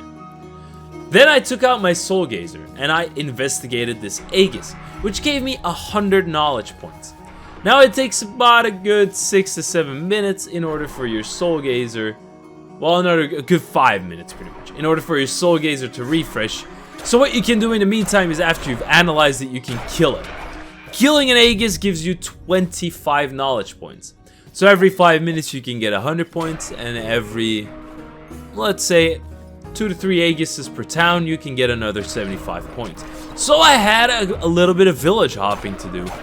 Also, the higher up the level of the Aegis, the more knowledge points you get for either killing it or researching it. So if you find like the dark Aegises that are level 2 or 3, you can get some really fast knowledge points from those ones. First of all, it was nighttime. I slept the night away, and I am terribly sorry, but this is the one day that I forgot to update the day count. I am absolutely sorry. But it will be fine. One day more or less. It's alright. We're just gonna keep killing these Aegises. And I really wanted to summon them, because they're gonna be clutch. I also tried to trade with some of these guys, but they didn't seem to have any interesting trades. Unless we're talking about this guy, who got Depth Strider, which is nice. Depth Strider is always nice. I then found an Aegis level 2, so I could put my theory to the test, and if I inspected it, should give me 200 points. Oh. Apparently I forgot to inspect it and I just started killing it. I mean, that also works. Because it did give me 50 points, so my theory holds up. I should have really inspected that guy first before I killed him, though. I went village hopping left and right, killed so many Aegises, and that's when some spooky shit started to happen, man. Like, honestly. It is hot as hell in this funky ass, hot ass room I'm in. Is that the grip? Why is that even a thing? That it summons a Reaper that can be blighted. I was, you know when you fart and there's just a little bit too much? Man, I thought I was on the toilet when that guy spawned. Honestly, that made me brick myself. Because I thought a Blight is always like, it's bad news. But this guy's damage didn't seem to be boosted that much. So I just kept on killing the Aegises and we were getting pretty close. 600 points out of 1,000. We were doing good. I continued this killing spree until I found that. Another fucking Blight! But it didn't seem to be aggro at me yet, which was awesome. So I just gunned it down, honestly. I wasn't dealing with any Spriggan that was blighted because... So the Reaper is okay when it's blighted. It still doesn't do that much damage. But I had a feeling that the Spriggan would deal a ton of damage. A couple shots of the advanced power 3 bow, and this guy was down for the count. Now, 2 Blights in a row, and they also drop Heart Crystal shards. So you know we were able to make another Heart Crystal, which was awesome.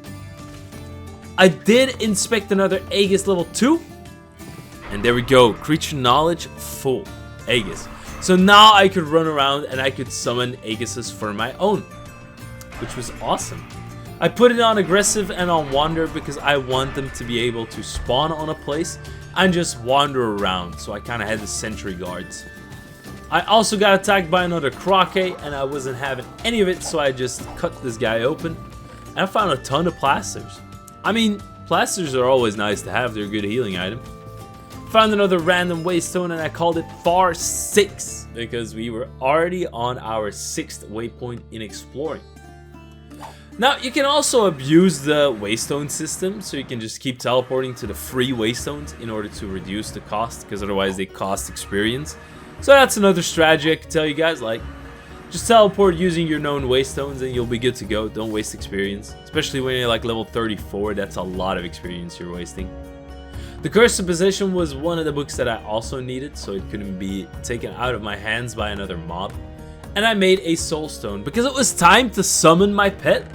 Like, I was curious. And for some reason, this guy just completely disappeared into the back rooms.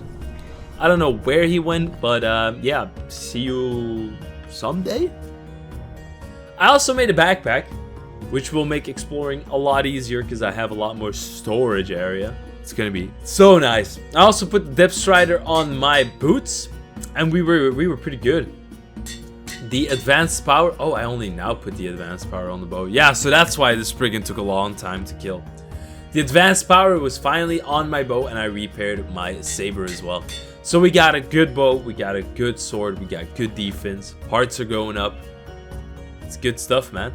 Honestly, it's really good stuff. What wasn't good stuff is that I reforged my backpack and I got unlucky on it, which is, I mean, unlucky. Then I went back to Far 5, which I teleported to Far 6, and I wanted to get a little bit more exploration in before the sun completely set and we had to sleep the night away. And I mean, say what you want, but this mod pack looks awesome. The movement is so crisp. After sleeping, I got immediately ambushed. Like, everything in this mod pack wants you dead. Even a zombie that's burning will first try to slit your throat. And these croquets will just show up out of nowhere. But they were no problem. Power shot of the bow, swipe of the sword, and a one-shot hit to the head on that last one. Man, the combos were crazy. Absolutely crazy. I did loot another one of these villages, but sadly for me they didn't hold any special loot. They did have a charged emerald, but I've looked up the recipe a couple of times. It doesn't really do anything useful. It's mainly used in like the weird crafting recipes of the runes. We'll get to that later, like at the end of the mod pack. For now, I was trying to explore a little bit by boat, because it is a good mode of transportation, but you have to be really careful of the sea serpents. Because if they jump out of the water, they're going to one-tap you, or just a one-tap. And with shooting bubbles, they can destroy your boat, so be careful. I also visited this random underground roguelike dungeon, and apparently they can also summon evokers and stuff, so this guy dropped a Totem of Undying. Now, I'm not sure if the Totem of Undying is better than my shield, but for now, I'll keep running with the shield. I like it a lot more, actually. As usual, we destroyed the spawners, and that's when I found a guy that was a little bit less useful. So I just spammed some dynamite on his ass, which didn't do nothing, sadly. I did two-shot the guy with my advanced power 3 though, which was quite crazy. But that evoker spawned some Vexes, and man, if there is one mob that I truly despise in Minecraft, is those little fuckers. I hate Vexes with a passion. These things are incredibly annoying. Luckily, they only take one hit though, so the strength was doing its work. It was really doing its work. I did find another group, and this guy could teleport apparently, which was quite scary. Luckily for me, I had good gear, but man, if you are in chainmail with a stone sword, that guy is gonna give you a run for your money, like an absolute run. I also didn't want to overstay my welcome, but I found this wicked infernal, and I really wanted to take him down because these guys have a chance of dropping the best enchanted books in the game. So I mean, I wouldn't mind getting a supreme sharpness, if you know what I'm saying. I guess they did hear what I was saying because they started absolutely mauling me. Holy, what is going on? Man, that was kind of whack. Of course, there were skeletons popping up out of thin air to shoot me in my head. Ah, the pants were only protection 2. That's kind of sad. That what you see right there was a Darkling. Now, Darklings are a sort of parasitic mob that will latch onto your head or body, and the only way you can kill it is if you target it by looking around. It's a really scary mob. It happened to me before, but if you find a Darkling that is blighted and it latches onto your head, you better pray to Mary and to Saint Lourdes and to God that you're gonna survive more than half a second. Because blighted Darklings are no joke. I did find a full set of diamond armor laying around in the overworld, which is easy for me because I can smelt it down and do reforges. Now I checked on my minimap and I saw that there was one more of these places.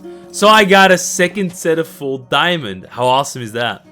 I could smelt all of it down and I could use all of it to reforge. And I could pretty much have a full masterful set, which is awesome. Gives me more damage reduction, gives me more armor, gives me more magic shielding. Man, masterful is awesome. After sorting my backpack, it was time for me to be back on the road, and I quickly made my way over to the village. I was already quite deep into uncharted territories, so I had to get a new waystone quickly. Securing the waystone, I went back home, but first I decided to call it the Far 7. And I put northeast because those are the two directions that I still had to explore. So I needed to go northwise and northwest, northeast. Wow, goddamn. Also made a samurai's blade, made a katana, upgraded it with looting 3, and that was some awesome stuff, dude.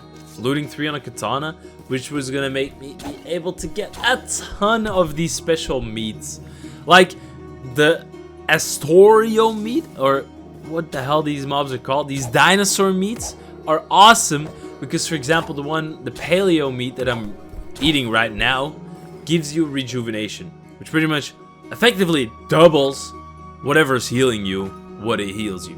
So it is amazing. That combined with vampirism is so juicy. So juicy. I also placed all the wither heads that I had down at the wall because I wanted to prepare to go and fight the wither. Because we can always use some nether stars. Could always use some nether stars. I have 2 wither heads right now, so we needed at least 1 more in order to fight the wither. I also figured out that you can make a book of specialization change, which is good because right now I'm specializing in crafting, and well, I'm not really doing that much crafting. So I quickly gathered the ingredients to make this book of specialization change, and then I could spec myself to a fighter, so I get experience for killing mobs. Now, the book only allowed me to do it when I was level 30, so that had to wait for a little while. But killing mobs, getting extra experience for that is going to stack nicely with the education. I made a ton of extra gold swords because I wanted to use that for enchanting, and later I could disenchant those swords and create some good books. Now, the only problem being that the disenchanting table requires golden bookworm scales, and a golden bookworm is a special version of a bookworm that spawns in a decayed biome. So it's quite difficult to obtain, actually. After sleeping, day 30 broke in and I was feeling good. We had to go and get that golden bookworm scale. I had the great idea to reforge my helmet. So I put the helmet in the reforge and I started whacking away. I did get a pretty good reforge on the helmet and I was satisfied with it because I got 2 extra locational armor. I had some extra diamonds and I tried to do the body, and on the first reforge I got masterful, which is awesome. I put in some extra diamonds and I was deciding between my boots or my pants, but I went with the pants to reforge them first. I was a little bit less lucky on the pants though, which was, that was kind of icky. Although, no, they were still crumbling. Okay, I had 3 more diamonds. These had to count. Springy, protective, there we go. 1 extra locational armor, that's good. I did run out of diamonds, so I couldn't reforge the boots. But in a nearby village, I got a diamond horse armor, which is awesome. After that, I started killing some of the local wildlife and I made it over to this giant dungeon. This was a place where a lot of stuff was gonna go down, all right? It was gonna be a spicy one. I first went inside and started torching up the whole place. This was one of the best things that I could do in order to reduce the spawn rates. And yeah, what you're seeing that is happening right now is the spinning debuff. So a witch can throw a potion that makes you spin uncontrollably. You can try to fight it, but this thing will spin you around uncontrollably. It is crazy. Witches are... I'm taking my words back, man. Maybe I don't hate the vixes that much. Maybe it is the witches that I hate the most in this mod pack, honestly. I started mining up the spawners and I was making steady progress, but the witches kept spawning. That means there is a witch spawner right above me. There was even an infernal witch, and man, nah. These were not fun. I had to go and get myself some water, and there was a waystone nearby, so that was really awesome. That's like an incredibly lucky spawn to have a waystone right outside. I could switch going back and forth to my base easy this way, but I first needed to make a couple of different arrows. Now, there is an arrow we are going to pretty much use how it's intended later on, because I needed to find a good way to light this place up without taking too much damage. I also employed my Aegises, so they were doing in some good work. They were doing God's work, keeping me safe from all the other mobs. And I placed down some extra torches. I had a couple of torches remaining, so the bottom floor was pretty much all torched up. That means that I could easily take care of the spawners and then move on to the next layer. This thing has a ton of layers though. I'll come to realize that pretty soon, but I thought it was only like 2 or 3 layers. No, it is many more. On the second layer, all of these witch spawners were set, and I needed to take care of them. I got myself up, so I mined up pretty much, and then this witch threw a potion that completely scrambled my inventory. Like, everything in my inventory, it scrambled. It also gave me perplexity, as you can see in the top left, for 3 minutes. And perplexity, well, it inverts all of your controls. And like, for example, your running control becomes your shift control and all that crazy stuff. So this was terrible. I did find some cows outside, which I could use to get rid of the perplexity. Luckily, because oh my god, it is terrible. That perplexity is honestly terrible. I got an extra bucket of milk and I was ready to go back inside. I needed to raid this place no matter what, man. So I used my Aegises, and these were gonna put in some good work for me. My Aegises were my shield, and I was the miner. So I had to get rid of as many spawners as possible. And that's when this happened. Cave spiders started pouring down, and yeah. Of course, there's another Blight! And these things are dangerous, man. It immediately took 2 hearts off my head, and I was not feeling it, man. Some of these Blights, y'all, I'm telling you, these Blights are crazy. They're also so fast. It spawned out of nowhere.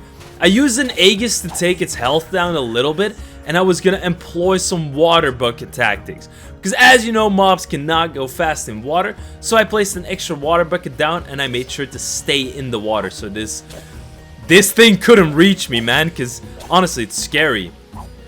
Although the positive side is that it gives so much experience, it's juicy. It is juicy.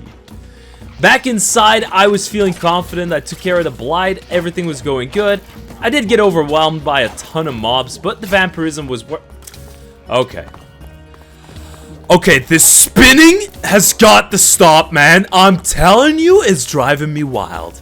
It's driving me absolutely wild. And the thing is, you keep spinning and they put you on fire. Okay, I had to take a quick breather at home because, man, I had to just calm down, get something good, make the Dragon Bone Saber, and I was feeling good again. I got the sharpness out, I put the sharpness on the saber. I could reforge it because I had a lot of Dragon Bones remaining. It was okay. Everything was gonna be fine. We were gonna make it through the 100 days. No worries. Oh! My day was good again, boys. We eating. Look at that. First reforge, legendary. If you win, you win. If you lose, you lose. And we ain't losing today. Hell nah. Look at that. I was sad though that I couldn't use the Dragon Bone Saber yet because, well, I still needed vampirism on that. The extra hard container came in clutch and I took a nap. Because I was feeling good, man. I had good dreams. Masterful chestplate. Legendary Dragon Bone Saber. Man, it was awesome. I did have to go back, and that's when I used the torch arrows. So wherever I shoot, a torch will appear if I don't hit an enemy. Although it does have to hit a place where the torch can actually spawn, so not on the half slab. And it was working pretty good. I was lighting up places, and there were a lot less spawns. The creeper did, however, blow up everything, and it opened the hole to Narnia because the amount of mobs that poured out, man. Hello there. It was crazy. It could put Mordor to shame. Holy. All these armored skeletons and zombies. This guy almost has full iron set with an iron diamond chestplate and a diamond axe. Like, what do you mean? It's coming straight for my head. They spawned geists every few seconds. Man. This is some wild place. We found another Blight, but this one didn't jump scare me at least, so that was good. So I thought, hey, I'll just shoot it down with my arrows. It'll be fine. Killed off the remaining mobs, and then I was ready to take on that Blight. I was feeling pretty good. I think it was a Vindicator. So I thought if I could just shoot it with the arrow, it's fine. It's not in aggro range. So I can shoot it again. And it disappeared. Yeah, I think it also went into the back rooms because I never found that guy again. Huh? I kept looking for him. The other Blight that was on top, I also couldn't find. So now I was trapped inside this dungeon with 2 Blights running around somewhere inside of it. It's kind of a scary thought because those guys have an iron axe. And if they're blighted, they will deal more damage. So I made my way home. I mined out and I got to the base floor. I got back home and I invested in iron skin. It was, however, way too expensive. I needed 43 levels to use that iron skin again. The next bright idea I had was to tower up this dungeon in order to avoid the Blights and go straight for the boss and take the loot. Now, the thing you gotta be aware of is that in the middle you have a couple of spawners in this smaller section of the dungeon. These spawn Vexes, and there's 4 Vex spawners, so you want to take care of that immediately if you want to have a good time. I mean, if you like getting tortured than just leave the spawners be. But for me, that was not for me. I'm not a masochist. I'll just take care of the spawners first.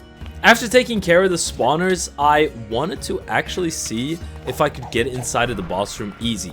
Now, you gotta remember, this thing is fully lined with obsidian, so there's a couple of steps I gotta take. First, I ran out of arrows, so I needed to make, well, some extra arrows, because otherwise these cloud guys, these cloudy boys, they're gonna be the ruin of my day, because they make you levitate and you'll take a ton of fall damage. So I went out and I farmed some feathers, and I also got some gravel to make some flint. And then back in my base, I decided to make some regular arrows, because those could be upgraded to torch arrows. I collected a couple of torches in the nearby cities, and as well as the waypoints that I had marked down. I wasn't going to do it from my own base, because I wanted my own place to be lit up still during the night. I didn't want everything spawning outside of my base. And I had enough torches to make some torch arrows, which was awesome. I didn't think I needed that many torch arrows, because I just needed to light up one big room, so it should have been fine. So I thought 19 would suffice. Back at the giant base, I first opened up a hole at every section of the dungeon, because, well, natural light is easy, and I just light up the other places in the dungeon that still need a little bit of light.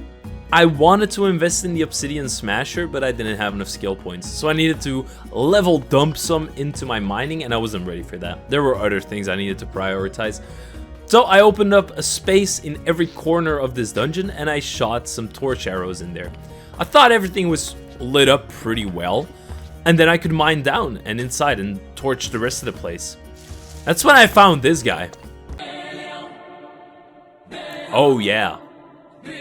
Oh yeah. I was not dealing with that.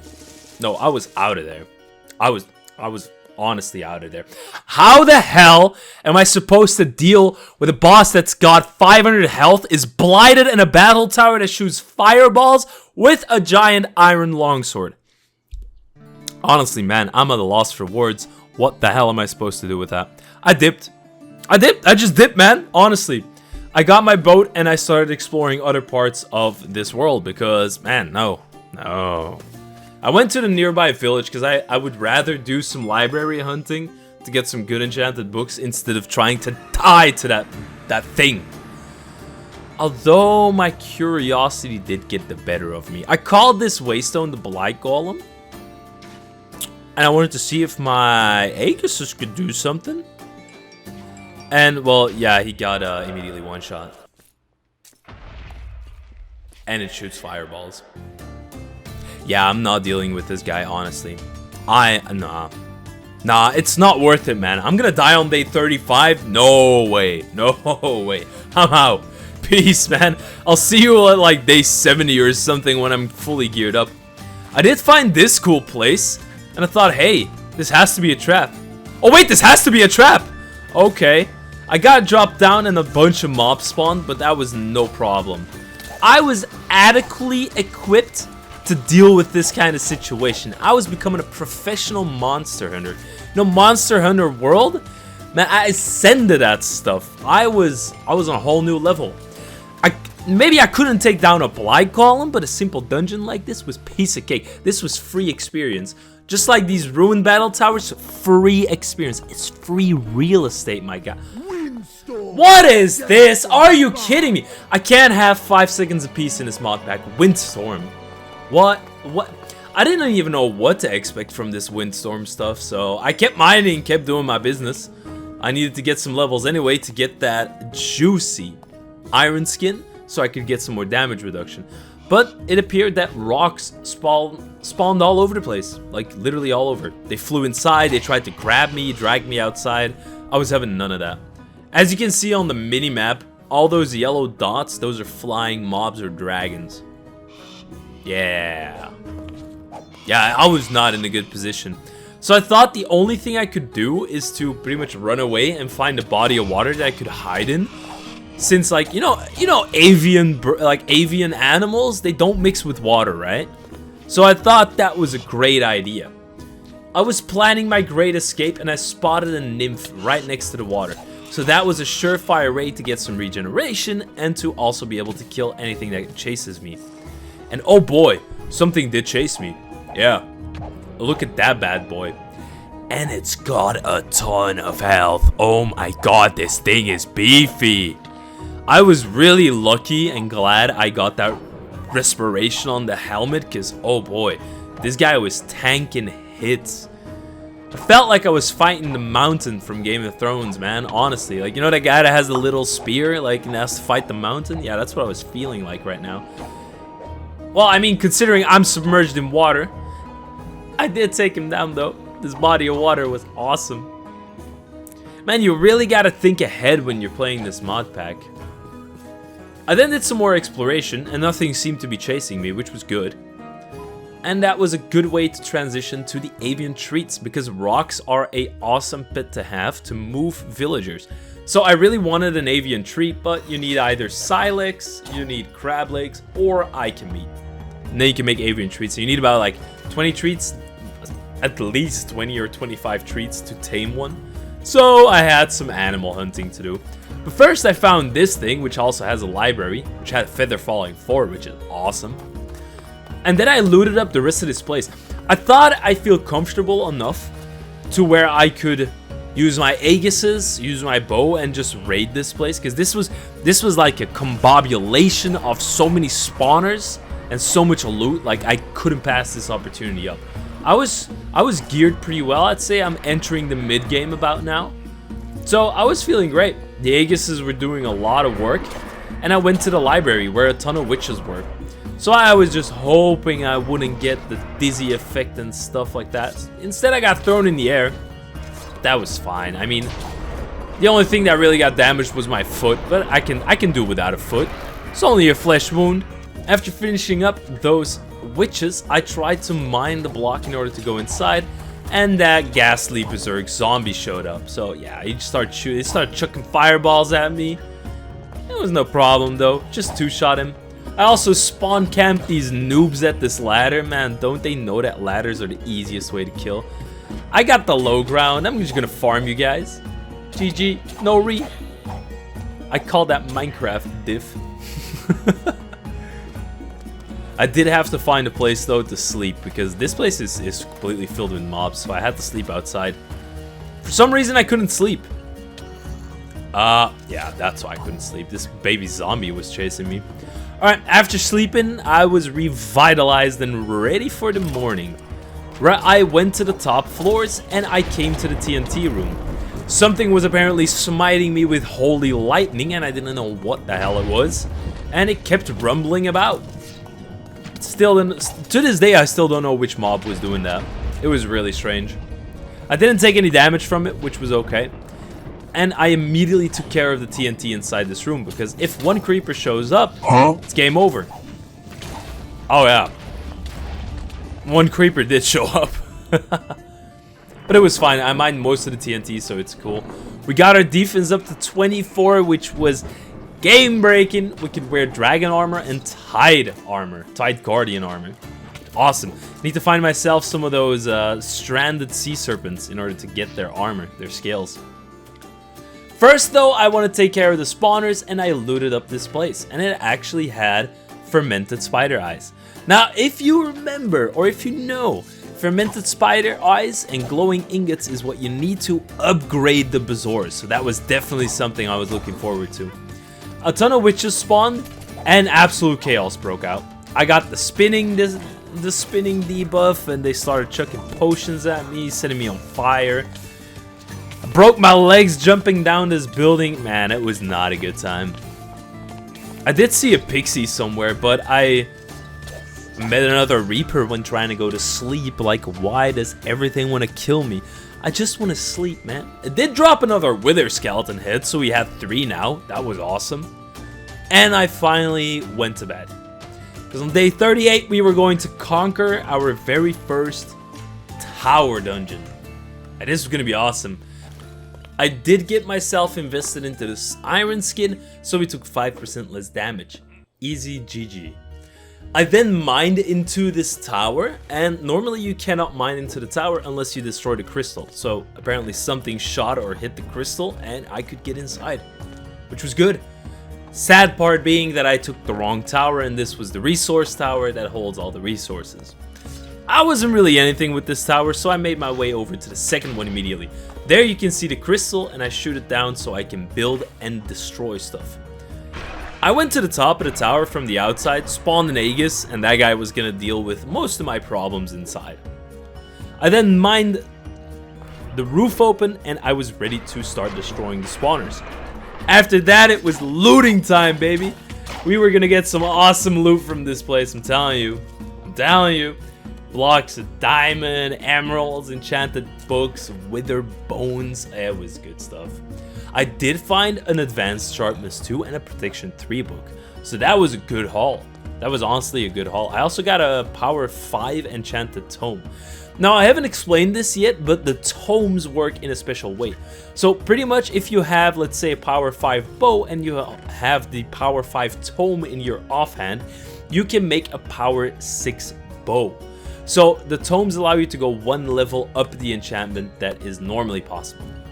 Used another heart container and we got an extra heart on the head, which is big stuff. It is absolutely big stuff. And I upgraded my Bazaar to a violent poison stone, which gives me 20 chance to poison enemies and grants me 40% extra damage against poison enemies, which is awesome. I also upgraded my pickaxe with efficiency 4, repaired the helmet, repaired the boots, and we were dripping. We were absolutely dripping. I stored all of the other books in my backpack because we were not ready to use that. I did make a name tag called Mending because I know where to find a mending villager. And yeah, every port city has a mending villager, so that's a big thing. I went out exploring again. And it was nice. I like the world generation of Minecraft to just take a breather, man. Like, honestly. Unless you, of course, fall down because you're an idiot. Then it's not really breathing. I then explored until nighttime because I didn't find anything interesting, honestly. But I was about to change the next day. I took a nap, and when I woke up, that is when I saw what kept me from sleeping. What is that ball sack? What is that?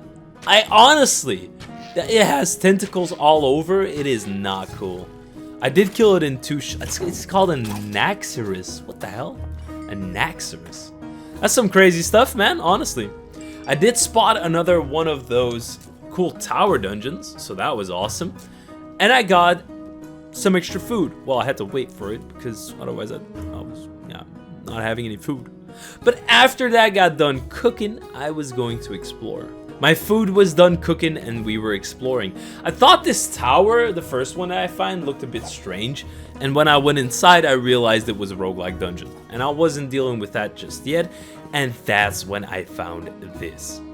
That right there, ladies and gents, is a tier 5 dragon's den. These can spawn in the overworld and there is a tier 5 dragon inside. If the dragon is a female dragon and we kill it, we can get its egg. First, I got almost ambushed by 3 witches. I mean, it's like a whole slumber party at Halloween the way these guys are dressed up, but I dipped. Nah. I had enough witches already today in order to not want to deal with that anymore. So I went back to my spawn point and I went home. Because we were going to do some organizing, man, honestly. I put the curse of holding, or curse of possession, on my saber. So that way, no infernal can make me drop the weapon. Which is something really important. I stored it away for safekeeping for now until we could enchant it. And I took out my potions that I got from the witches that I made into a splash version. So I got splash luck and I got splash health, which is awesome. The thing that I wanted to do next was I wanted to tame a horse and make my way to the first tower golem that I ever activated. Because I was going to exact my revenge, man. The guy shot up my base. I want blood for blood, man. I'm going to take his head, put it on a pike, use it as decoration. And why is taming horses so difficult in this game? It took me a whole evening to tame the horses. I was still busy at it in the morning. We were finally able to tame that horse in the morning. And it was good. I had a companion with a saddle, and I made my way over to that destroyed battle tower. Now, I didn't exactly find the battle tower, but I found another tower dungeon. So as you know, we were going to absolutely demolish this place. I climbed my way up to the highest point, and I started looting the first chests, which held a ton of arrows. This was a big find. Arrows are always something that I need, especially with that advanced power that I got. I raided up the other tower with all of the materials, and the loot was pretty good. I mean, look at all these blocks, like these valuable blocks. I got Umbrium, I got Scarlight, I got a ton of emeralds, an enchanted book, and vitamins. Yo, that's big. Vitamins make you immune to weakness and to mining fatigue, which is awesome. I can now dual wield two-handed weapons pretty much. I also got the visors, which give me immunity to blindness. So this was definitely a big find. And that's when the next thing happened. My inventory got completely scrambled again by one of these witches. Oh, I cannot explain in... Ooh, that's a Blight creeper, goddamn. I cannot explain in words how annoying it is that your whole inventory gets scrambled, man. Just from one normal mob. So I decided to dip, jump down to the bottom floor. I wasn't dealing with the witches, and I wanted to loot the library, which gave me some advanced sharpness, which is always good. It's always really good.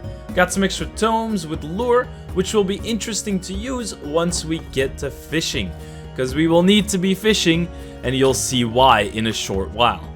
I did loot the second tower, and it wasn't that much better. So, having been content with all the loot that I got, I made my way over to the plains. And ooh, that's a dragon. Yeah, I really don't want to mess with that one just yet. Or maybe I do. Nah, I'm gonna leave it alone for now. Nah. I shouldn't let my intrusive thoughts win, because that's gonna get me killed. I stored all of the loot away in my base, and my chests were starting to look pretty stacked, man. I also made a witherbone handle, but I needed a witherbone pole in order to make the halberd. You know, real chads, they run with a witherbone handle, and no, not the handle, the pole, and they run with the halberd. Real chads go with a flame dragon bone halberd. It's what I intended to make as the proper endgame weapon, because that thing's gonna be able to deal 50 or 60 damage each hit. Just wait for it. Reforged it to sweeping, and I was happy. I also still needed to make a dragon bow strengthened longbow, which is also on the list. I did, however, put scope on my bow, and this really makes me think back on those Modern Warfare 2 days where you got the whole 360 no scope thing. Yeah, it's a good upgrade to the bow. It does nothing stat wise, but it just looks amazing. I then made the dragon bone strengthened longbow. Man, that's a hell of a name to say. And this thing I wanted to upgrade to a flame bow as well, because these are so awesome. I started reforging, and I got legendary pretty much instantly, which is awesome. So I got good reforges on everything that I'm using. My intrusive thoughts almost got the better of me, and I almost started attacking this dragon. But I got scared, and I decided to turn away and go back home, because it was not worth it, man. We were on day 41. If I was gonna die now, I was really gonna be angry at myself. I did find another infernal outside of my house. He dropped an iron sword, but it only had looting. So I ditched that immediately. I also need to find that port city. That's right, I keep forgetting about that one. I did some more exploring in the morning time, and things were starting to look up as I found a village. Now, the sad thing being that my luck kind of ran out, and yeah, well, in this village, nor the second village, nor the third village did I find any libraries. There was another dragon, and my intrusive thoughts were stronger than myself at this point, because the dragon was stranded on the ground.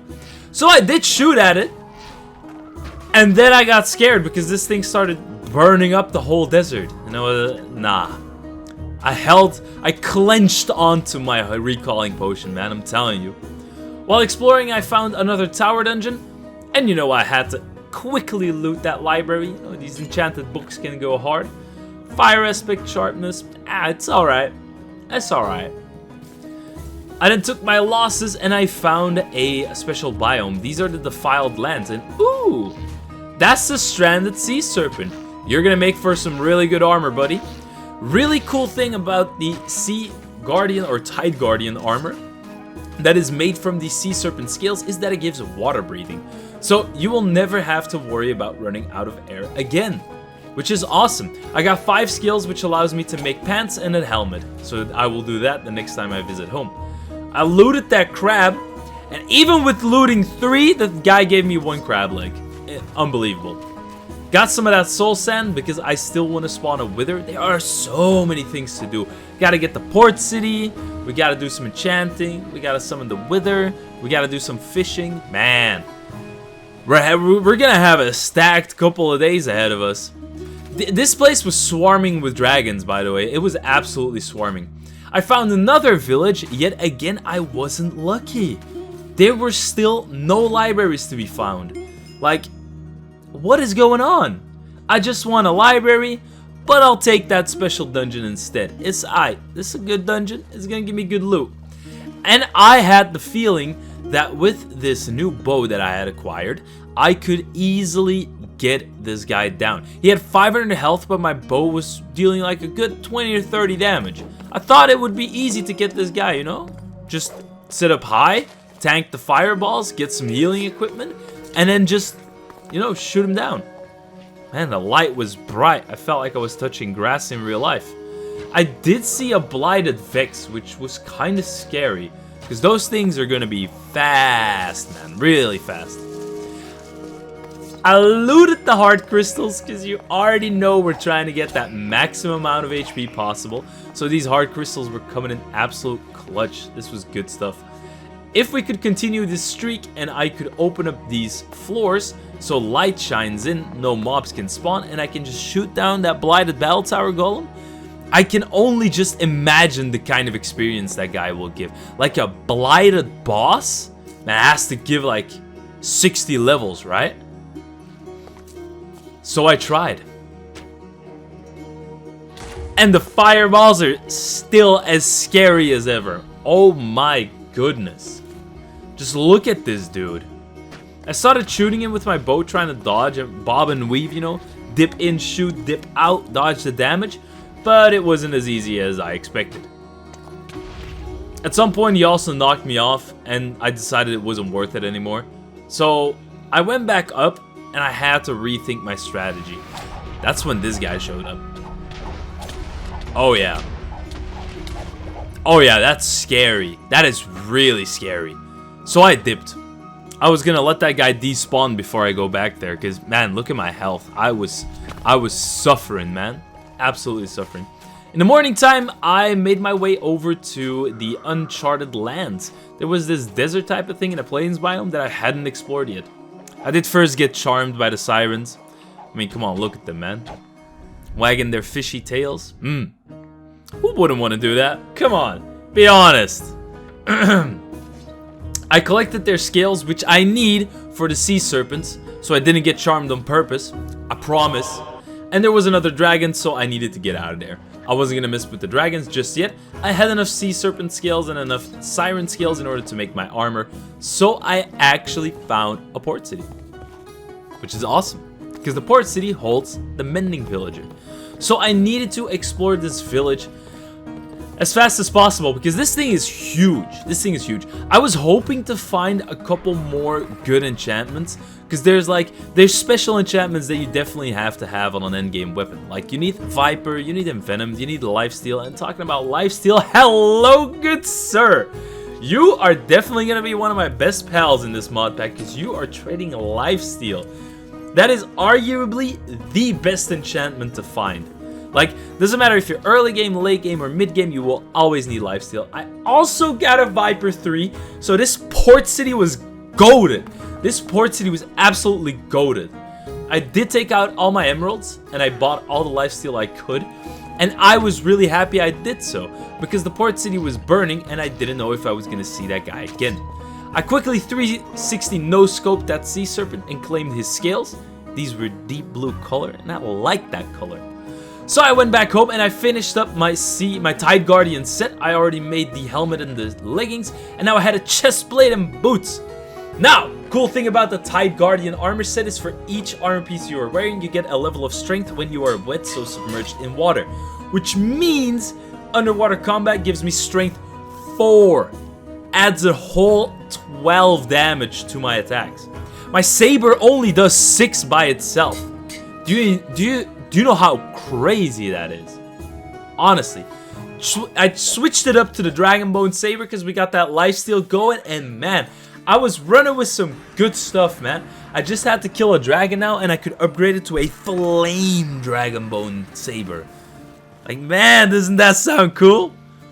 I went to visit my old pal again in the first blighted dungeon that I found. So apparently all of these guys are blighted. I didn't know that, but apparently all of these guys are blighted. And I felt confident enough. I summoned 2 of my guys and I started shooting this guy down. He ran so fast for me, I got scared and I dipped. Man, I was having none of that, honestly. I climbed up top to change up my strategy and I saw that I deal 44 damage. 44 damage with this bow, dude. So I was ready. I wanted to kill this guy. But he was squiggling about, running around the room. He wasn't really standing in one place, which was kind of sad. But I was dealing some good damage. I felt like I was dealing some good damage. And then I saw him heal, which made me think I need to deal a ton of damage consistently if I want to kill this guy. Oh, it worked! I actually killed him! Oh my god! That is good. Look at this. Heart containers. We got a full heart from this dude and heart crystals. I immediately yoinked that heart and got some extra health. And, well, there wasn't any experience to be found, so I only got those experience bottles, which wasn't that great. I was kind of disappointed by that one. Because, I mean, man, come on, a blighted boss? That should give a ton of experience. And I needed to make a quick stop home in order to make some lockpicks, because, of course, these chests are all locked. What great fun! So I played Thief Simulator 2023, and I started unlocking all these chests, breaking a couple lockpicks in the process. Like, you gotta explain to me how a diamond lockpick breaks on an iron lock. That's some crazy theory for me. And these chests were stacked, man, honestly. Spectral Silt, enchanted books, diamond gear. This was absolutely stacked. I played some more Thief Simulator and unlocked all of the remaining chests. And in the meantime, I had to kill all of those Vexes because for some reason they kept spawning. I thought I destroyed all those spawners, man. What is going on? They're everywhere. It's like you're going on vacation, you're sleeping in a tent, and you wake up with 20,000 ants on you. That's what it felt like, man. And if you've ever felt anything like that, you know that's crazy annoying. After looting everything, I dipped and I found the Blighted Vex. Another one. And these things are fast! Oh my god! Look at that! It did give its position away so I could easily strike it down with my sword, which was nice. That was a good thing for me. And I claimed the heart crystals. We were moving at a mad pace for these heart crystals, man. I think I even had enough to make another heart. No, maybe barely. I did reforge my vitamins, but I didn't get undying. I mean, the luck had to run out at some point, so I made another crystal heart, and man, we were stacked. Oh. I need an experience level to use it. What? I found the first nearby mob, and I'm sorry for you, Nymph, but you had to go. It's for the good cause. The cause will justify the actions. Got another heart on my head, so I am really happy. It was definitely worth the kill. Back in the port town, I was still looking for that mending guy. I really didn't know where it was. I spent until nighttime looking for this dude. And of course, because the town was burning, it spawned a ton of cinders. And you gotta be careful. These guys can hurt. They can hurt bad. Apparently, chaotic energy was filling the room. I didn't know what that meant. And I found another Blight. I feel like Blights are starting to become more and more common these days. I mean, I'm not complaining. I still need heart crystals. So come here. Come here, little man. Let me claim your heart crystals. And your experience, of course. 23 levels, 5 heart crystals. I took the remaining heart crystals in my chest at home, and I made another heart container. Why did it take the heart off of my head? What is this black magic? Come on, man. If there's one place where I definitely need the hearts, it's on my head. I also rearranged the color scheme for my Aegises. That's apparently something you can do. You can use a preset, which was awesome. And it was time to explore a little bit more. We killed that first Blighted Battle Tower Golem, so I wanted to take my chances and kill the second one as well, because the loot was so amazing. And we went inside and it was time. I started sniping this dude, and he got activated. I still wasn't feeling comfortable enough to have just a free-for-all shootout and just trade blows. And the guy also didn't really want to move, so he knocked me down. Got saved by the water though. That was awesome. And I need to go back up. I had to change my strategy because it wasn't working. I made a small incision and this guy apparently spawned a nether portal. So shooting is... I mean, it makes sense. If you shoot a fireball, you can light a nether portal. Shooting a fireball at the bottom of the obsidian also spawns a nether portal. I mean, fair play, man. I was gonna kill him anyway, so any ditch effort, any last ditch effort you make, I'll take it. I was prepared. The guy was spawning more portals, and I started blasting at this guy's head. I was going to put 2 arrows in that one Cyclops eye, like Robin Hood. And it lagged. It spawned a ton of mobs, and a demon appeared, and yeah, I was not sure what was going on anymore. That was crazy. I immediately recalled home because what was that damage? My man, what was that damage? This kobold also thought because I was low that he could just nibble my toes. I was having none of that. I decapitated him. And back at my base, I needed to get my bearings, man. I needed to, you know, just chill for a moment. Check out some crafting recipes. Wait for nighttime to come and heal up. And that's when I realized I really gotta get the Stone of the Sea. It's gonna make sea exploration so much easier. But you need a Neptunian ingot. And the Neptunian ingot is most likely, well, most commonly found in fishing. And it's a treasure item. So each fish you fish up, you have a 10% chance. So I started making a fishing rod. Now, fishing works a little bit different in this mod pack. You need to have an ancient fishing rod that is suitable for crafting. Then you need to make a reel, you need to make a hook, and you need to make a bobber. And then you can upgrade those reel, hook, and bobber. And then you can upgrade your fishing rod itself, and then you can fish. So yeah, complicated process. I knew I had to make a fast reel, I had to make a heavy bobber, and I needed to make the magnetic hook. Because magnetic hook gives me 20% more treasure chance. And all the other things I will explain as I show the minigame. Because, man, I did not know that RLCRAFT fishing was this complicated. Like, honestly. I first made the bobber, and I also made the reel and the hook, so I had all the basic materials. I just needed to find a fishing rod. And I thought the best place to find it is, of course, a port city, where all they do is fish, I guess. And I found my mending villager! Look at this dude! He's the goat, man. He's the absolute goat. Mending? Ah! Let's go! I immediately boxed him in so he could not run away. I made a marker on my mini-map where he was, and I went quickly to my base to get a trap door. I needed to make a trap door so he was safe from mobs as well, because mobs can break down doors, some mobs can explode blocks, and if there is a trapdoor, they cannot see him, and it's easy to trade with him. I also got a name tag, and I called that mending, of course, and I placed the trapdoor. Giving a villager a name tag so they are named also works that they don't despawn, which is a very, very important mechanic. I went back to the Blighted Battle Tower Golem, and I was ready for round 2. This guy was ready for round 2 as well.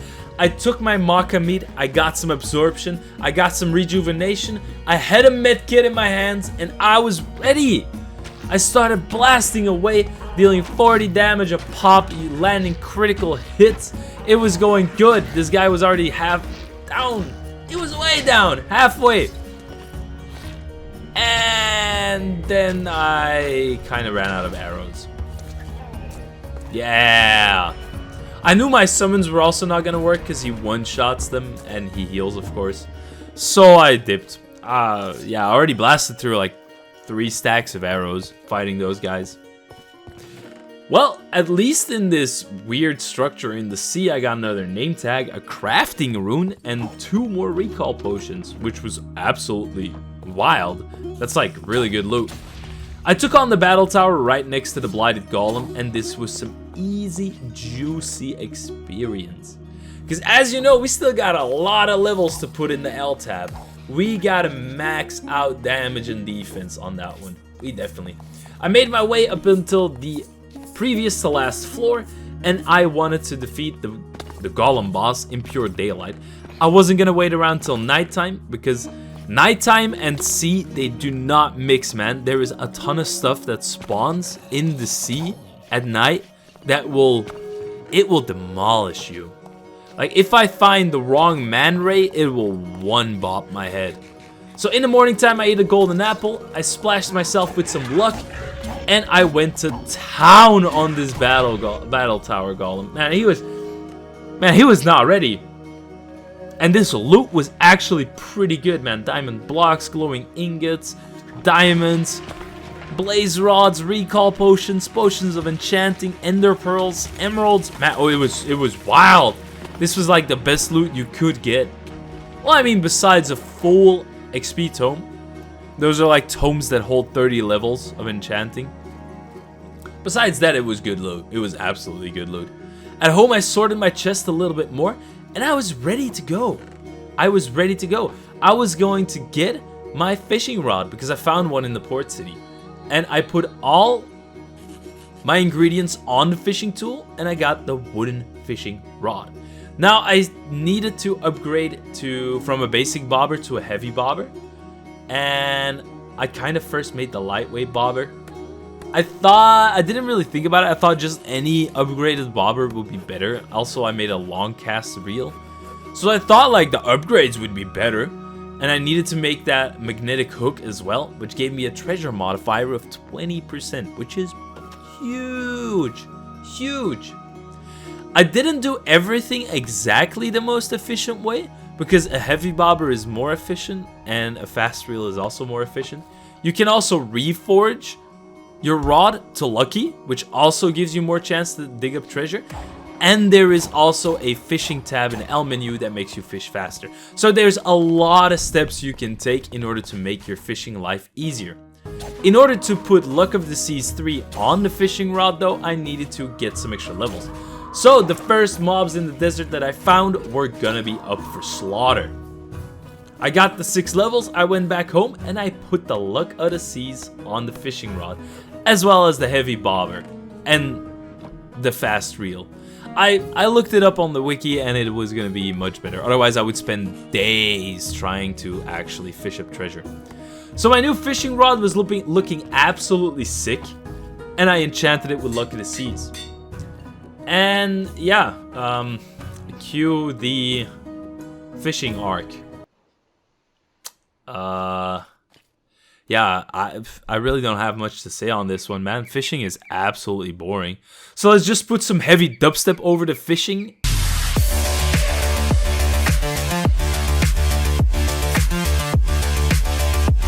And yeah, that was a lot better, right? The heavy dubstep. Yeah, it was good. It was good. I spent all the time until nighttime, and now you can see the fishing minigame. So yeah, you can see that there is a small tab on top. What that pretty much means is you can see a fish swimming around, and the green box is your fishing hook, let's say. You can control it with your arrow keys on your keyboard, and you need to get the green box around the fish, and it will automatically reel the fish in. So yeah, it's not just right click anymore and you collect the fish. It takes quite a while. And it also took me quite a while to fish. Like, oh my god, I already spent 2 days fishing, and I hadn't gotten a single treasure yet. Let alone that the Neptunian ingot or the Neptunian treasure is only 10% chance when you fish up a treasure. So I installed a chest, I installed an anvil, I was fishing everywhere I could, and I was spending days upon days fishing. I also got this diamond fishing rod, which is much more durability, which will come in clutch later. But man, I got so sick and tired of fishing, I just started mining coal in order to get rid of my boredom, because I needed fuel anyway, so it was a good pause from the fishing. I did, however, get some cool Geonag spear from the mining, which was awesome. I enchanted the fishing rod with Luck of the Seas, and I needed gathering level 16, of course. So, back to fishing.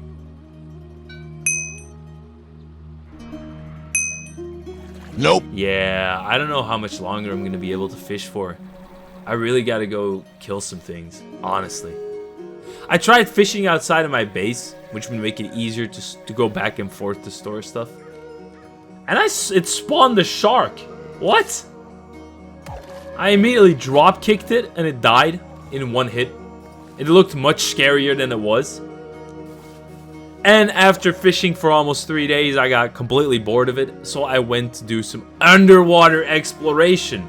And oh boy, man, underwater dungeons go hard. They're scary as hell, dude. Honestly, look at this stuff. I found myself some spawners and it spawned a ton of piranhas. These guys were also paralyzing me. It was wild. I also found a blighted guardian. Like, what is going on? But it was good. It was good. I dealt so much damage underwater that it was pretty easy to deal with all these things. Except that, what was that damage? It took a full 2 seconds to deal like 8 hearts of damage to me. I wasn't dealing with that. I upgraded my gathering levels and I was going to go to bed. I also got just enough for another hard crystal. And it appears we have maxed out. Okay, sick. We maxed out our heart crystals. We have the most amount of hearts gained from heart crystals. Alright. That was dope. And of course, you know we were back. We were back going for this blighted boss. We were having none of that. Oh my god, that's another blight. Yo! The first thing that happens to me is another blight. Oh, look! That's another blight. Oh, that's an infernal blight. Oh, yo. That's not good. It's a creeper. Oh, let me step back for a moment. Hold on. I don't want that blowing up in my face. Okay. We killed it, and it dropped a dagger. This could have some insane enchantments. Yeah, never mind. It isn't. Let me just kill some of these zombies. Wait. Why did it seem like the floodgates to hell opened again? What the hell? These guys were fully armored. I had to take care of that last blight though. This Vindicator's fast. Yo, this guy tripping. Drops a lot of heart crystals. Sadly, we can't use them anymore. But that's fine. Got a ton of experience. Upgraded that gathering to 16, so you know what time it is. Relax. Enjoy the peace and calm. We're fishing, bruh. We're fishing. And I spend a really long time fishing. Oh my. It took days, man. It took absolute days. But then I did get something extra, and I saw a box, so I thought this was it. Yeah, that's just a regular stone. It took another whole day of fishing, and I 360 no-scoped it into the water, and I thought this was gonna bring me good luck. And not too long later, I caught this fish, and lo and behold, I got a Neptunian bounty. Yo, I thought I was golden, man. This was awesome. So I immediately opened the loot box and I got a hoe. I got a hoe. I need a full ingot. Are you kidding me? It gives me 3 nuggets.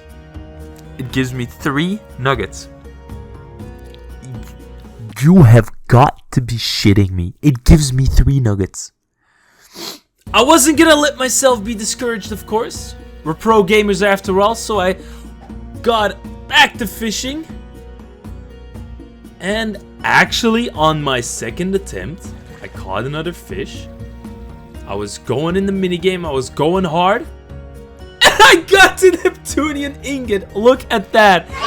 It's crazy, dude. This luck, it made my day. It honestly made my day. I really didn't want to fish for another 10 days, so I was completely ecstatic. I could make the Stone of the Sea. This Stone of the Sea is insane, man. Wow, 4 crystals. 4 crystals, 4 glowing units, and the Neptunian ingot. And we're good. We crafted it. It's undying. Oh my god, it's like rolling a nat 20 in D&D. Holy, that's insane. Yo, I slept and I dreamt good. I thought it was a dream. Man, that undying was insane. And look at us go. I did quickly turn off my shaders, otherwise we wouldn't see anything in the water. And look at this. We're just straight soaring. We're flying. This is dope. This is awesome. It's gonna make underwater exploration so much easier. And if you didn't know, the underwater dungeons, they can hold some absolutely crazy loot. Got that potion of night vision, and also when I drink, I cannot get thirsty or parasites anymore. All water is clean for me. So I immediately went to the first dungeon that I found, and I got another vitamins, which is essential to the mod pack. I could mine these spawners easily, loot everything that's inside. I was having a really great time, because I thought these underwater mobs were a piece of cake, man. I was going so fast, I thought I could take on the whole world. Well, I was about to be humbled. Because, yeah, sirens still exist, and they will charm you. They will charm you. Exactly who you are. Lord have mercy. We must stay focused, brothers. We must stay focused. And I was focused. I slit their throats. I was not gonna get charmed by the sirens. No, we were staying focused. Brothers, stay focused. I went to the battle tower and I was gonna exact my revenge. I took down the Infernal and we were going fast as hell. Got immediately to the boss, slashed his brick ass open, and we were ready to loot this dungeon. Like, look at this. Potions of recalling, XP tome, glowing ingots, diamonds, blaze rods. We must stay focused, brothers. Yeah, let's just stay focused for now. And I found this place. This is a cool structure that spawns in the water. I took refuge there before going home and sleeping, because it had been a wild sea adventure already. I made the second reforging table, which would allow me to re-roll the extra reforge. And the best reforge is half-hearted. This will give me so much more health. And I was re-rolling the half-hearted on all my armor. And all my, well, not on my armor, on all my baubles. Because we gotten so many levels in that battle tower, I needed to put them to good use. And re-rolling everything meant we need a lot of levels. This Zor in particular took a lot of levels, god damn! I did get it fairly easily on the other baubles, which meant that I had about, yeah, a good 3.5 hearts extra right now, which was pretty big. That's pretty big, man. I also needed to start working on the Ankh Charm. Now, the Ankh Charm is a bauble that will allow you to negate most negative effects in Minecraft. Now, the only sad part was that we needed to kill a lot of strays, and we needed to kill a lot of shulkers, because we needed the shulker's heart, and we needed that magnetic ring from the strays. And we needed to go to the end to get a black dragon scale, so we were still far away from that one. So we went back to swimming, because you gotta say, these animations look pretty cool, man. You don't see this in regular Minecraft, and I love it. Back in this underwater dungeon, I was feeling stoked. I was flying through it, looting everything. I found a really strong Elder Guardian. This guy was beefy and an Infernal. So I went in for a second round and I killed him, which dropped a lot of experience. And that's when I met the man rays, or well, the ice rays, or stingrays. I met them for the first time, and man, they weren't playing. They were not playing.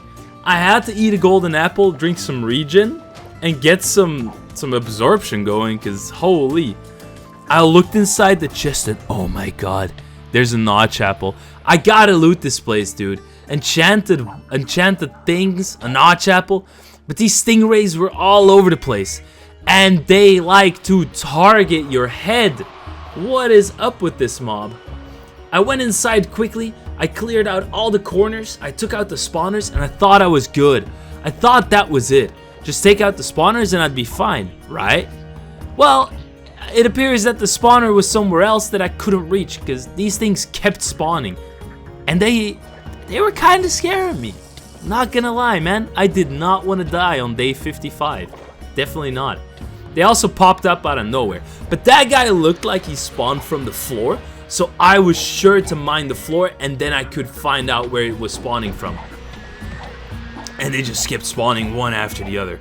I started digging up the floor, making sure that I had covered every inch. And yeah, well, I didn't find the spawner. So I just grabbed all the loot, said hello to that little guy, and I got out, man. I got out. I also found the Frostwalker, which is dope.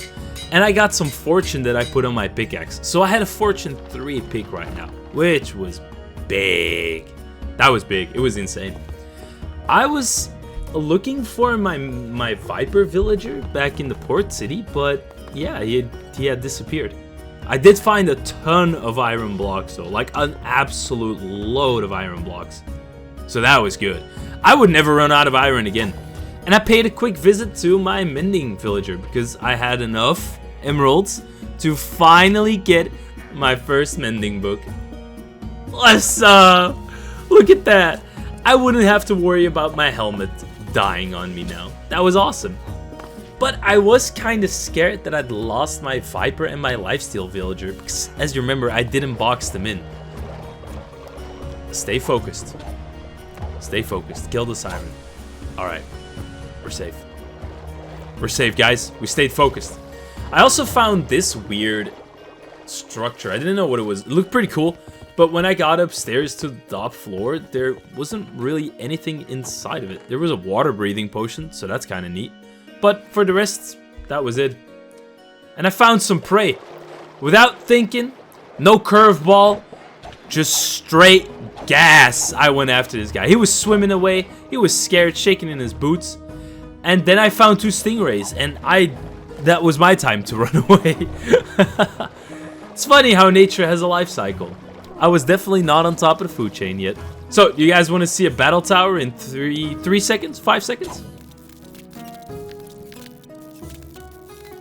There you go, that's a battle tower in 5 seconds. Did have a lot of amazing loot though, like look at that. And bottles of enchanting, diamonds.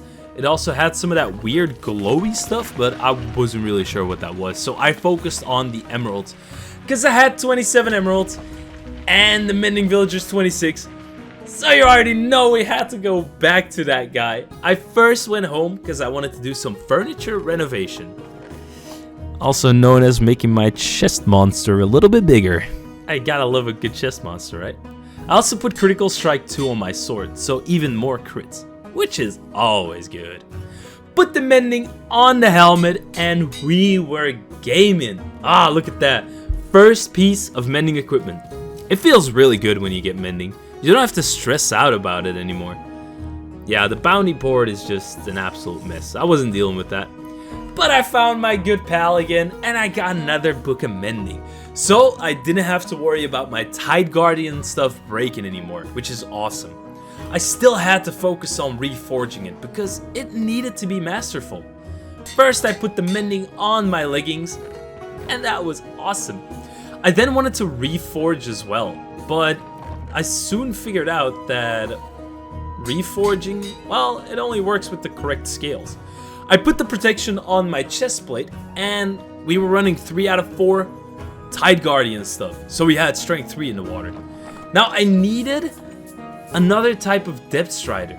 I mean, though, look at that. Full Tide Guardian armor looks dope. I mean, come on. That looks dope, right?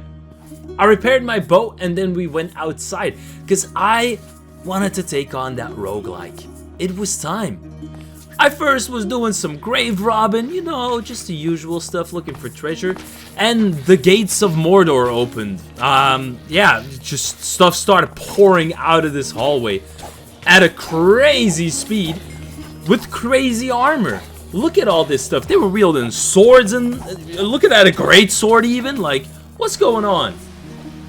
I went down to the bottom floor of this dungeon because the bottom floor is the nether area.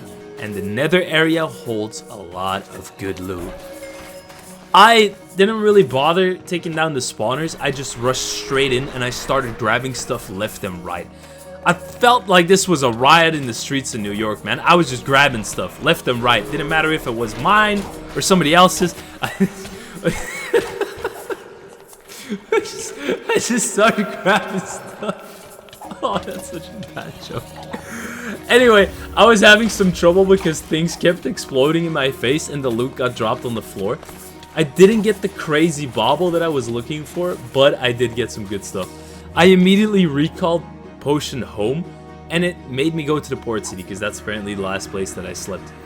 But back at home, I was ready. I put strengthened vitality on my chestplate, which gave me even more hearts. We were starting to go to the end game, like heart-wise, we were starting to go to the end game. If I really want to enter the end game, I need advanced protection. Advanced protection. That's gonna be crazy. And as you can see here, yeah, you have to have the right color of scale in order to reforge the armor, which kind of makes sense if you think about it, but it is kind of still sad. The next battle tower that I took on, I skipped everything and immediately went to the boss, because you know that's how we roll. I accidentally made him explode the chest, however, which was kind of sad. But I got all the loot still out of it, because he didn't explode it the second time, so it was good. I got some more ender pearls, glowing ingots, gold ingots, blaze rods, all of that good stuff. Second floor was already looted. Spoilers, I looted this battle tower before, so that's why I rushed straight ahead. And you did not see me miss that MLG bucket. Nah, that's your eyes playing with you. I went to this library because one of the villagers in the port city had a trade for books. And what's the best way to farm books? In a library. I also got a ton of arrows from this outpost, which is always great, especially with that bow. I really gotta get advanced power, like 5 or 6 or something, that would be crazy. And this battle tower golem had so much health, I wasn't really sure what was going on. But I got the bauble that I was looking for. That is the broken heart bauble. Now what does that do? The broken heart makes it that you, instead of dying, it will take away some of your empty hearts and you will regain them once you sleep. Also, I needed to invest 32 levels into farming because I could make eating a passive task. That would be awesome. And I found another buddy. This guy was selling underwater strider. Like, that is crazy. That's exactly what I was looking for. I needed to replace my depth strider boots, so underwater strider was just as good. Quickly went home, put that on the tight guardian boots, which were already halfway done, and I tested it out. And it's pretty good. It's pretty good. We're still soaring. So I was feeling really good. Stay focused. My brother in Christ, stay focused. There we go. Alright, we're safe. Little bit of exploring later, I met a formidable foe. This was a giant sea serpent, and this was a battle of the gods. This guy was taking hits, I was taking hits, but eventually he fell first.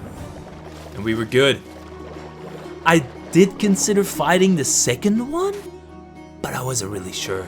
I then found the third one, and my instincts were telling me that I shouldn't do it, so I swam up to him, and I changed my mind, man. It wasn't worth it. I only had 5 hearts left on my helmet. It wasn't worth it. I dipped.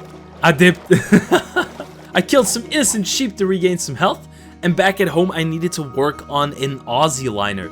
Now this will adjust my temperature pretty much passively, which is good because we were in wintertime and I was freezing everywhere I went, especially in the water. For the liners you need heating goo, and with that goo you can make 1 liner material, and then you need to craft it in a chest plate form in order to get the liner, and then combine the hot and the cold one, and you get an Aussie liner pretty much. I also wanted to work on these glowing gems, which are really expensive. Block a diamond, 4 glowing dust, and 4 glowing ingots, and you get a glowing gem. Now, why do I need these gems? In order to make the dragon eyes. Now, a dragon eye is going to make me resistant to fire or cold, depending on pretty much what skull I put inside. So I only needed the skull and 2 more gems. But first, I was visiting an old dungeon again. The Lycanite dungeon. Remember where I killed that gilded great worm? I was gonna explore this place, man. I felt confident enough. And the first room was couple of mummies, couple of those stone throwers. It was good. It was good. I was having the time of my life. I had some lo-fi on the background. I was just vibing. And I found that gilded great worm. Well, a second one, which is good because it gives a ton of experience. Found a lot of recall potions, so I never have to worry about that again. and I started sniping the dude. And let me tell you, this bow is powerful. Like, I'm talking mad power. Mad power. I claimed all of the loot, and then I decided to check out the chests. First, I spawned the thing though, and this is a Serpix? I mean, that's a beefy boy. Look at that, that's a beefy boy. He has 40 health though, which is kinda crazy. I put him on follow and aggressive because I want this stuff to attack things. So I had my first pet. Sir Silax joined the party, man. I then continued to kill Geonax and more stone throwing stuff and giant ass scorpions. I felt like I was in Monster Hunter, man. This was good stuff. This was awesome. What is this? Oh my god. Oh my god. It's goddamn Mimic. It's a Mimic. Oh, I'm getting flashbacks to Rat 2. This ain't good, man. It drops the Star Cloak, so that's kinda good. But man, why is there mimics in this stuff? Oh, I don't like that. The Crypt Executioner was stuck in water, so I cheesed him. Say what you want, but I like cheesing bosses, man. They're a good source of experience, heart crystals, and they give me pets. They give me little followers. This guy gave me a Gnek. Look at that guy. It's a Gnek. And I can have them both out at the same time, which is kind of awesome. Then I found this. Holy hell, what is that? That thing is huge. That's what she said. But goddamn, the Guardian Dragon. I was scared of this thing, honestly, man. It was huge, and there was so much fog. I didn't know what to do. I sent my Gnek, I sent my Aegises, and I started just bowing this guy down. And after a long time, he went down. And he dropped a dragon spawn thingy. So, you already know, when I got back home, I needed to check out what that dragon was. And lo and behold, it's another Mimic. My Gnek was... He had my back, man. Respected the Gnek, because he just started hugging it and eating it. Like... That's the type of companion I want. This guy was low, but he did not care.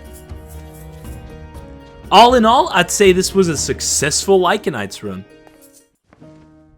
In the morning time, it was finally time to check out my pet. I got a Zaratar. This is a dragon, man. So of course a regular saddle doesn't work on it. We need a specific type of saddle for this bad boy. It's got 110 health though. Look at that chunky boy.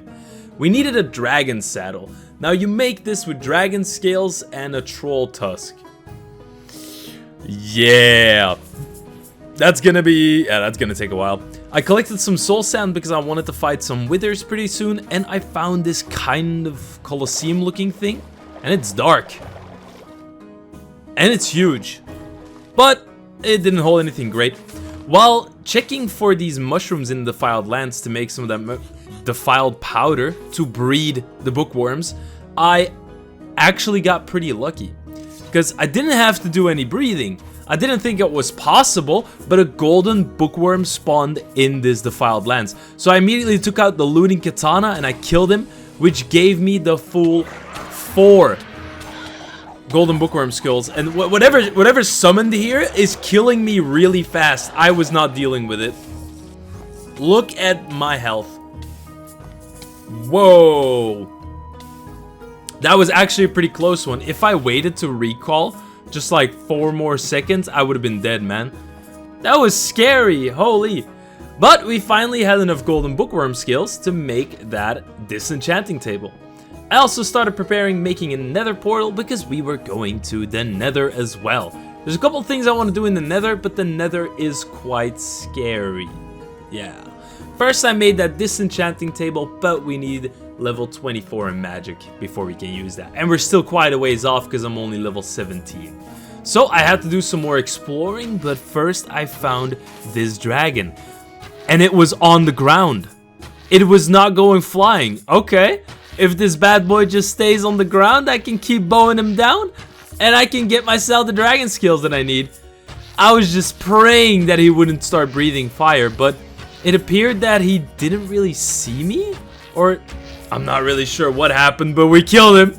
We take that W, and I realized I need to get some glass bottles first, because I can get some fire dragon blood from this thing, which can upgrade my bow, my halberd, and my sword. So I took 2 bottles, and I immediately got 2 fire dragon blood, which is awesome. I collected all the rest, so the scales, the heart, the flesh, and as well as the bones, and I tried using it immediately on my saber, and it didn't work. I was really surprised. I think the curse of possession makes it so that I can't really take it out of my inventory. You can see me taking it out, but maybe I just can't upgrade it. I looted another library, but man, I'm really unlucky with libraries. I hear people finding supreme sharpness on their like 2nd or 3rd library. We haven't found anything good except for this strafe 2, and that's about it. And of course, the top chest is locked, and you need to lockpick it. Of course, why not? There's nothing more frustrating than that. I did take my dragon bow and I put flame on it, so now it's a flame strengthened dragon bone longbow, so it's kind of awesome. And I also upgraded my halberd, because in the end game I want to be running a halberd with all the maxed enchants, and it's gonna be crazy. I quickly broke this glowstone, and what the hell is that? Oh my goodness. Why is that even able to spawn? What is going on? From just regular glowstone. It's like the Geonax all over again. I did create another glowing gem because I was working towards that dragon eye. I needed 1 more glowing gem and we could make ourselves a really powerful artifact. I also looted up some slimes in this swamp biome. I was really happy I found these because I was working towards those Aussie liners and I needed a ton of slime balls for it. So looting 3 came in clutch yet again. And then I wanted to sneakily loot this guy's base. The dragon didn't know what was happening, man. I was gonna steal all of his shit. He did know. Yeah, he really did know. And that was almost the end of me. I had an apple in one of my slots, and I just switched to that one the first, and then I recalled home. I wasn't taking any chances, man. I crafted 8 more slime balls, and I was able to use that with my cool liners, and I got the cold liner chestplate. Now, if I combine the cold liner chestplate with the warm liner chestplate, I get the Aussie liner. And that's what we're working towards, because it will adjust cold and warm, basically like an automatic AC in the car. It will do whatever it needs to do. We got the dragon scales for the dragon saddle, and I was looking good. Why does a diamond lockpick break on a bronze lock? Somebody explain that to me. It wasn't even worth it, man. There's nothing good in this chest. Are you kidding me? Looks like a meteor exploded here. What the hell? Oh well, not my problem. I explored some defiled lands and I got to another pyramid and I was feeling good. And I jumped down and I apparently already looted this place. So I wasn't feeling that good anymore. I quickly got out of there because I wasn't dealing with any of those special angels. I 360 no-scoped that joust and I was going to deal with the small ones with my sword. For some reason they all got angry at me. I can't imagine why, but I just finished them off. I found another battle tower, and you already know what we do with these. We go to the boss, we give him the left, right, good night, and we steal all of his loot. Oh yeah, and it was good. Recalling potions, experience bottles, diamonds, gold. Ooh, MLG. Okay, let's just ignore that water bucket for now. Please don't look at that. That was a shame. I am really ashamed of myself. I crafted another sleeping bag because I lost mine for some reason, and I didn't want to go back to my place to sleep every night. So, back in the ocean, I was exploring. I found another village, but sadly for me, there was no library. Because, of course, we are not blessed with enchantment.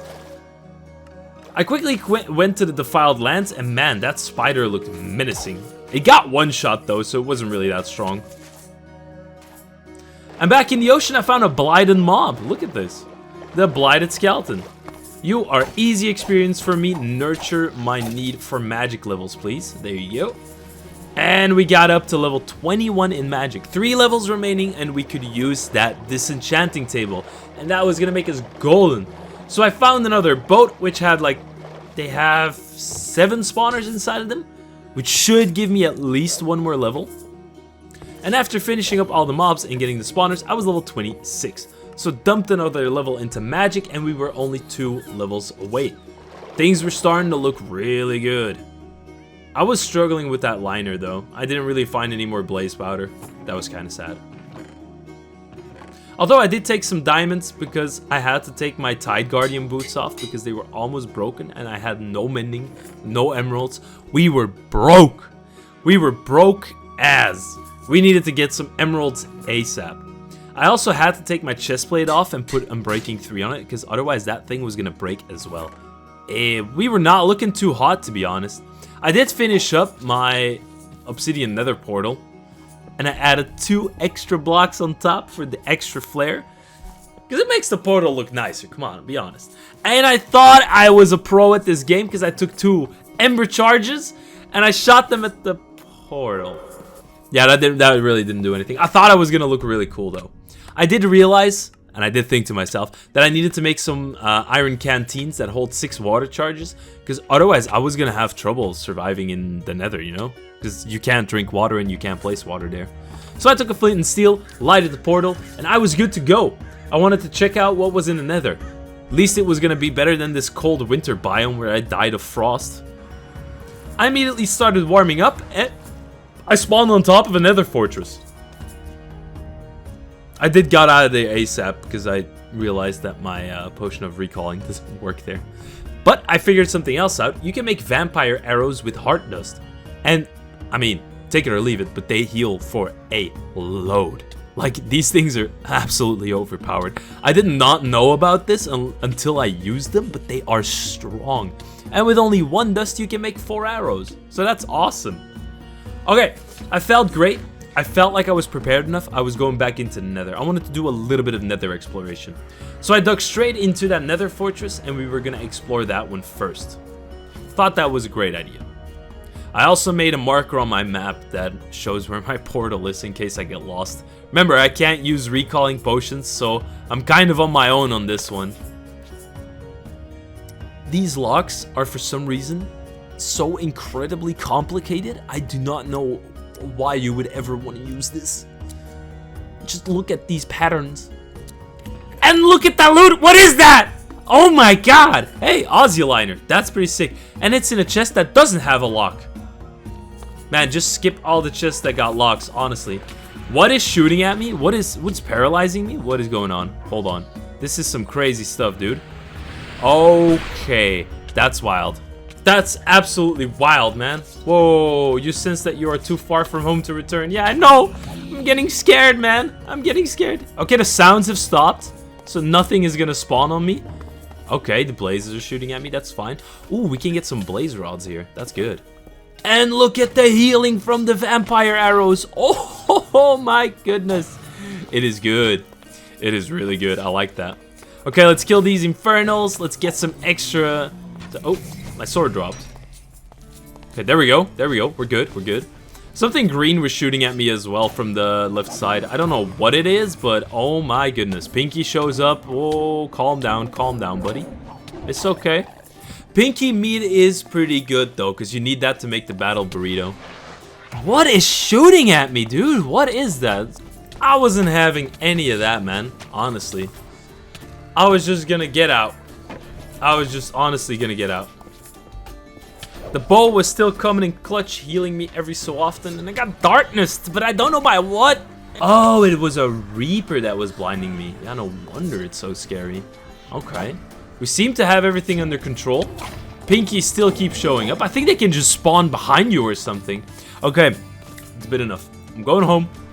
Skip the nether for now. I first want to have some better gear.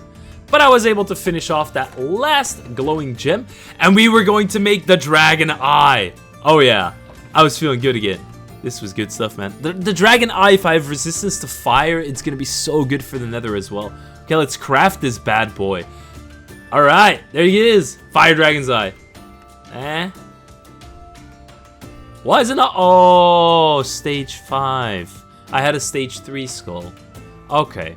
So you need a stage 5 dragon skull in order to make that eye. I guess they kind of nerfed it. Back in the day, you could use any dragon skull. Okay. Let's use that night vision for now. I'll try to reforge it, see what happens next. Gold doesn't work. Let's try iron, see if iron works. No, that also doesn't work. Okay. It has to be silver then, right? It's made out of silver, so it has to be silver. Right? Don't tell me it's a glowing ingot. Oh my god. Don't tell me it's gonna be that expensive. Oh, it's a glowing ingot you need. Oh no. Okay, this night vision ring is a little too expensive to reforge right now. I'll just use it.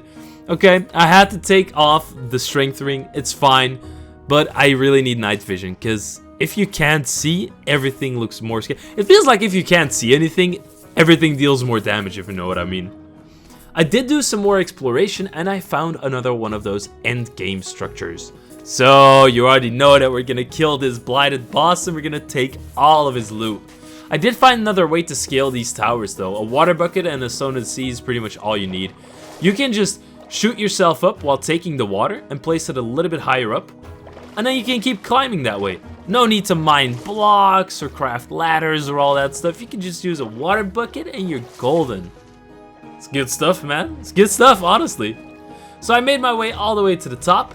And I got the spawners for the Vexes, finished off the last remaining Vexes, and we were going to dig into the side of the dungeon and start bowing this guy down. Because as you know, I got the vampire arrows, and his fireballs don't mean nothing anymore to me. Look at that, even the exploding guy shows up, nothing. I'm unmovable, an indomitable fortress. Bow spamming, man. There's nothing you can't do. There's nothing you can do. There we go. He goes down. I'm up. What's up? Okay, I'm getting a little too hyped about this. But I felt really good at that time. I felt really good. The lockpicking still got on my nerves, I'm not gonna lie. But it was worth it, because I got a forbidden fruit, I got a sin pendant, and I got some more ender pearls. That's all great stuff, man. That's also great stuff. I got some basic materials as well, some iron and some gold. And yeah, the moment I saw that diamond lock, I was out. The bronze lock also completely destroyed my lockpick. I was fed up enough to just recall home. I did get some more blaze powder, so I also made some extra heating goo, which I made into liner, and I got the heating liner for the chestplate. Back at home, I combined the heating liner with the cold liner, and we got a chestplate Aussie liner. So I immediately put that on the Tide Guardian, and we were good. I had fully automated temperature regulating equipment. That's something straight out of like a business movie. But we had no issues with the weather anymore. And that's actually when I found this Infernal, an ultra exhausting skeleton of the Eclipse, darkness withering, and a lot more stuff I can't read.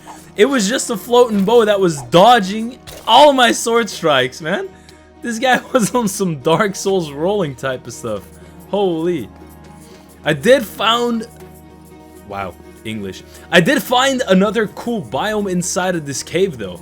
And it stopped the sounds so no grooves could spawn as it was giving off light. I think the shrooms were giving off light. If your shrooms are giving off light, you know you got some good stuff. I also found some emeralds, and with this fortune pickaxe that makes it even better. I sniped the other Infernal and I got some more heart dust, which is big. That gives me even more vampire arrows. You know I like my vampire arrows. Back at home, something spawned outside of my portal for some reason. It's called a Belf. Kinda scary, man, I'm not gonna lie. I had to repair my diamond chestplate because my Tide Guardian chestplate was running out of durability, man. We had to get some mending ASAP. Definitely. But I needed emeralds. Like, one of the mending books cost 26 emeralds. So I need at least like 52 more emeralds. First made some more vampiric arrows, and I had some hard dust left over. That's good stuff. I heard some strange noises outside. I didn't really know what that was. I did place down my new disenchanting table. I got some of my books, and I immediately started checking what I could all disenchant. I could only take rapid fire off of my bow, not the advanced power, which is kind of sad. But I took all my other gear and started scrapping all of it. I needed to take off all those enchantments, man. Just one by one take off the enchantments. I had a lot of protection and unbreaking that was all on that gear, so I could make a full prop 4 set, and hopefully if I can trade these books, I can get another mending book. Because this guy had a trade where I could trade 10 books for 1 emerald. And after the trades are done, because he's not maxed out yet, the trades will refresh. So I had 24 emeralds now, and he was getting the regeneration, so you know that he refreshes. I could claim some more emeralds that way, and I was hoping to unlock another trade to get some more emeralds. And I was actually pretty lucky. First I collected my other mending book, and then I checked the rest of the trades. 2 written books for 1 emerald, which is pretty awesome. You just need a feather, and I think it's an ink sac, and then you can get like a book with a pen and quill, and then you can make a written book. And if you give them the exact same content and the exact same signature, you can stack the books, so it's a valuable trade.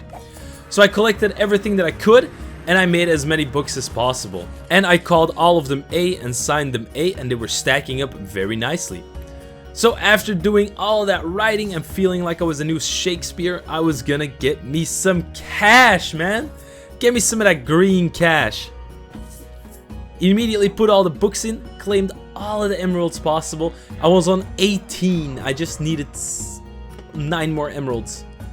I did claim a couple more from the normal book trade. And the guy refreshes, so we were in business. I was doing business with this dude. Man's had enough trades to get me another 27 emeralds. So we got a second mending book. So that was big stuff, honestly. I could at least get a full mending set of gear, which I immediately did when I got back home. Put the mending on my tie chestplate, put the mending on my boots, and I was all set. We were back in full Tide Guardian armor, and I was feeling amazing. I got another pyramid, which I looted, which had a crafting rune, a couple of golden apples, which was pretty cool. I don't know what those small runes are, I never really looked it up. But it also had this weird buried treasure map. It's not really a buried treasure, it's just like a random treasure.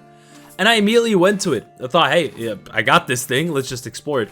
And just as I was about to explore the secret location, I got distracted by this dungeon. I'm not gonna lie, I still needed a lot of levels, and I just went inside and started killing everything inside.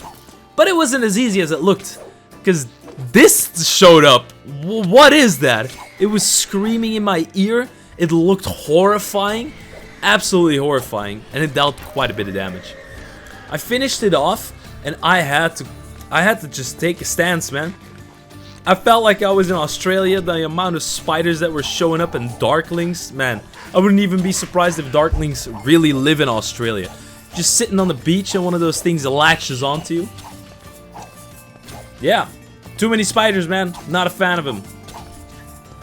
After my whole spider charade, I got barraged. And for some reason, in this specific room, things kept spawning. And at an incredible rate. This was a full slaughterhouse. Like, look at everything that's showing up. So many darklings. I already got 2 Aegis running around. There's Reapers everywhere. And even more darklings showed up. Like, this was too crazy. I recalled home. That was wild. Wow. Okay. Okay.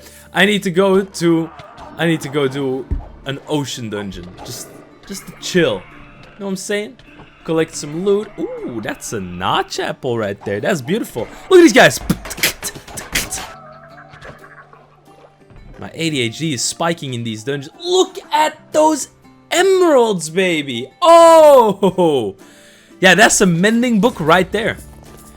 Got to another battle tower. Immediately slashed him open, but I was on 2 hearts as well. I'm starting to take more risks and it's not good.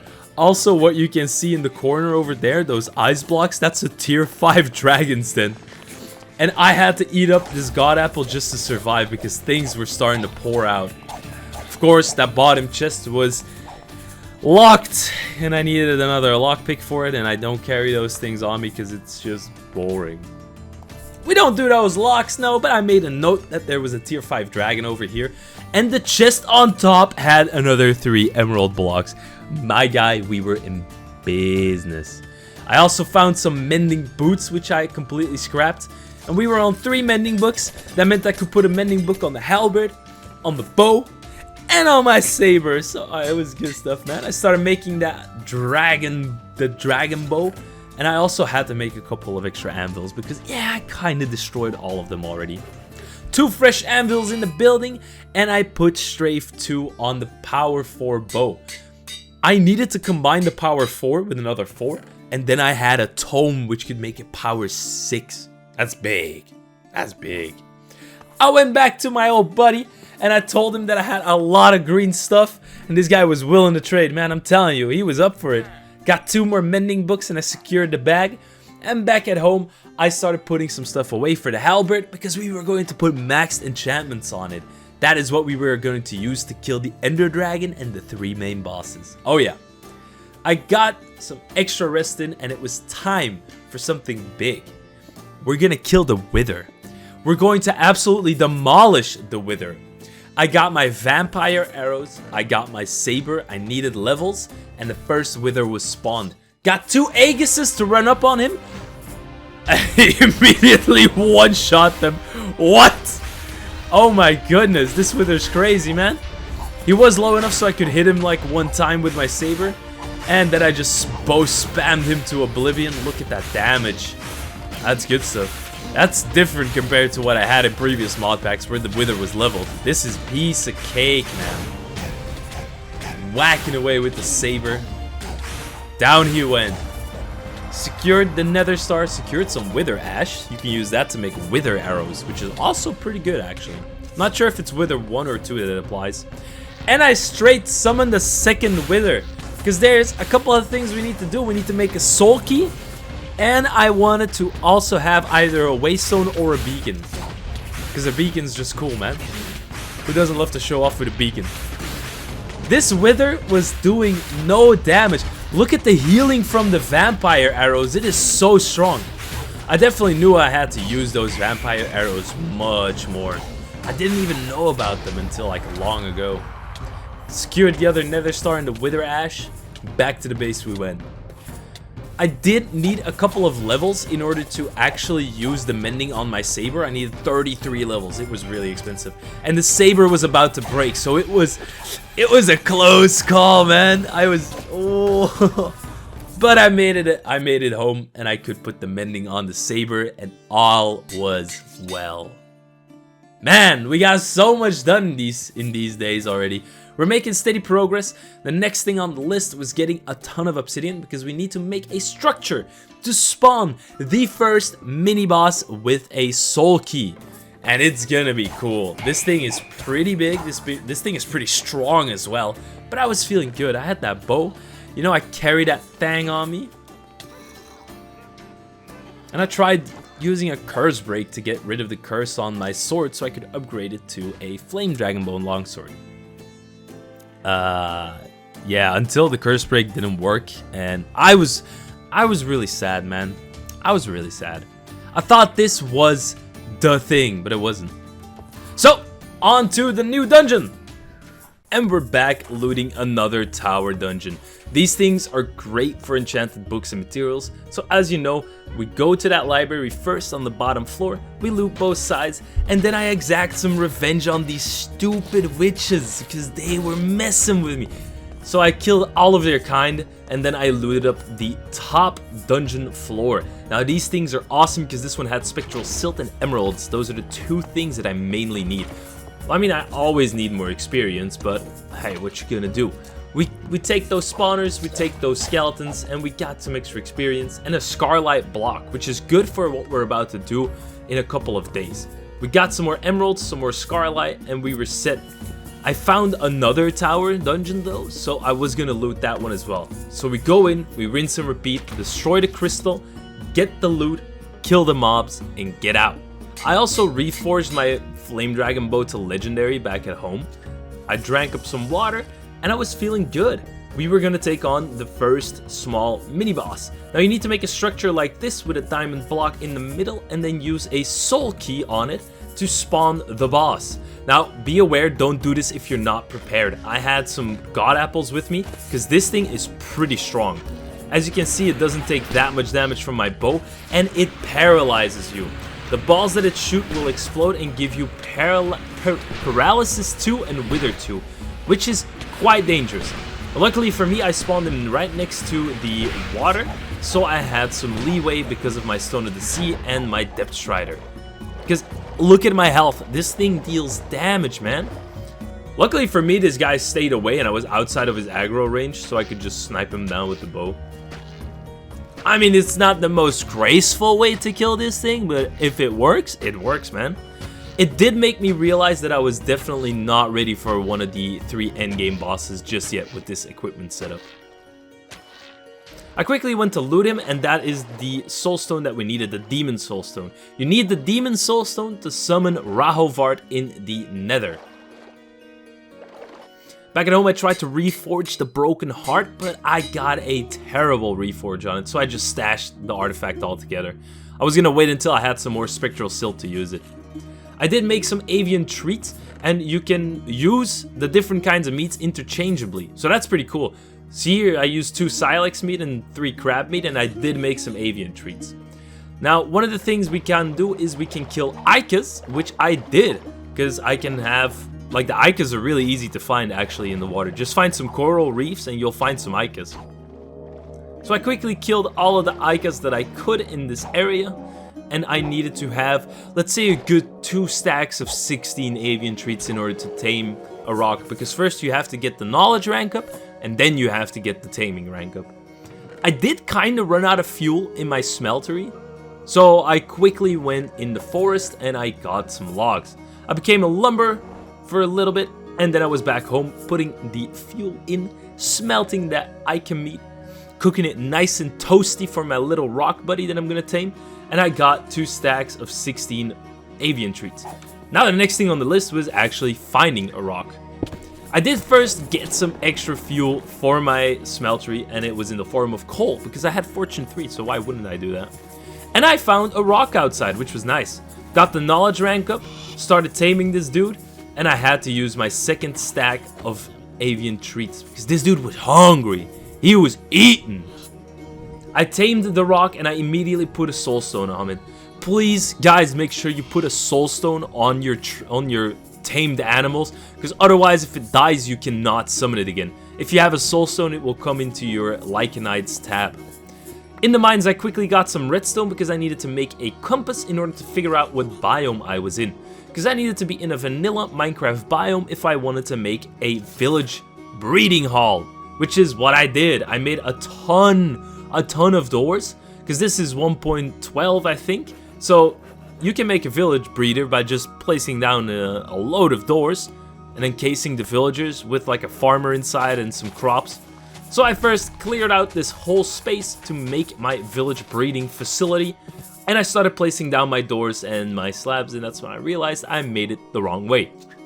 The doors were put on the blocks in, the wrong way. Got visited by this draconian friend of mine who wanted to eat my face off for some reason. I really can't understand why. So I put an end to his misery, and I kept making my spawner. I first had to take all the doors down, which was kind of a task. This was a hassle. I placed down the new doors, I started placing the slabs, and after a little while that I was almost finished, I realized that the slabs were put on wrong. Come on, guys, be fair. I've never made a villager breather. Who does that? But we were doing it now, so I had to place down the slabs in a different way, and now I could actually get the doors up. And I ran out of doors. So that was kind of a bummer.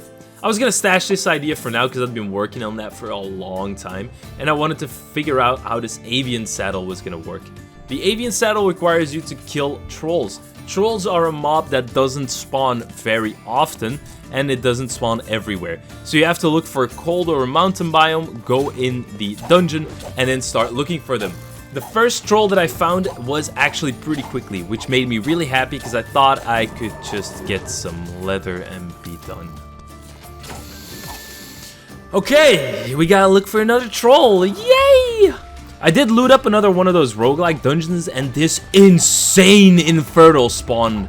Look at this dude. His name is longer than the Bible, man. After killing all of those zombies, I finally got the loot out of these chests, and it was not worth it. Of course it was not worth it. What was I thinking? I did quickly mine some of these hard crystals, and one of those dudes spawned. This guy was sturdy with it, man. He was sturdy with it. And I looked and looked and looked, found a scary boy who I immediately killed. And I kept looking until I found another scary boy. This guy was way scarier. Look at that thing. Holy. He didn't have that much health though. I quickly killed him. And I spend so long looking for these trolls. It's unbelievable how small their spawn rate is. But I did find another one. I did find another one. I was really happy. I was gonna go jump on his head. I actually jumped in the lava. That was not smart. Get his health down, swap to the looting katana, and oh, it's another tusk. What do you mean? Okay, this is 3,000% sped up. How long it takes me to find another one of these stupid trolls, man? 3,000% sped up. Do you know how fast that is? That's 30 times. I spend ages down in these caves, man. I'm telling you. And I got only to be attacked by this weird chupacabra that makes me swing around the room. I was getting knocked into blocks. I was taking a ton of damage. This thing was only level 2. What is going on? It dealt so much damage. It looked like a fusion between one of those weird green things that fly in the sky and a chupacabra. This thing was scary, man. It got my body down to 2.5 hearts. I was struggling. Okay. We killed it.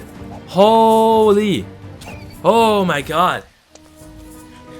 Some of the mobs in this modpack really scare me. I did find another troll on day 74, which was good news. I thought I could finally be done with this troll hunt. Finally, come on, man. Give me your hide. Give me your skin. I'm gonna put it on my bird. Come on, drop it. Oh, there we go. Alright, we got some leather. We got 4. We're good. We're done. Get that recall potion and get out of here. I'm done. Whoa, look at those lights. Look at those lights, man. Oh my god, whoa. Okay, this mod pack surprised me yet again. It looks beautiful.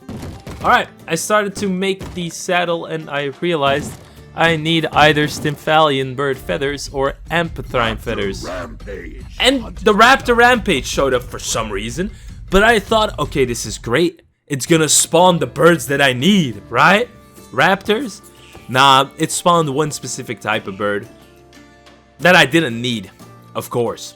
So I needed to either look for a swamp biome or a jungle biome.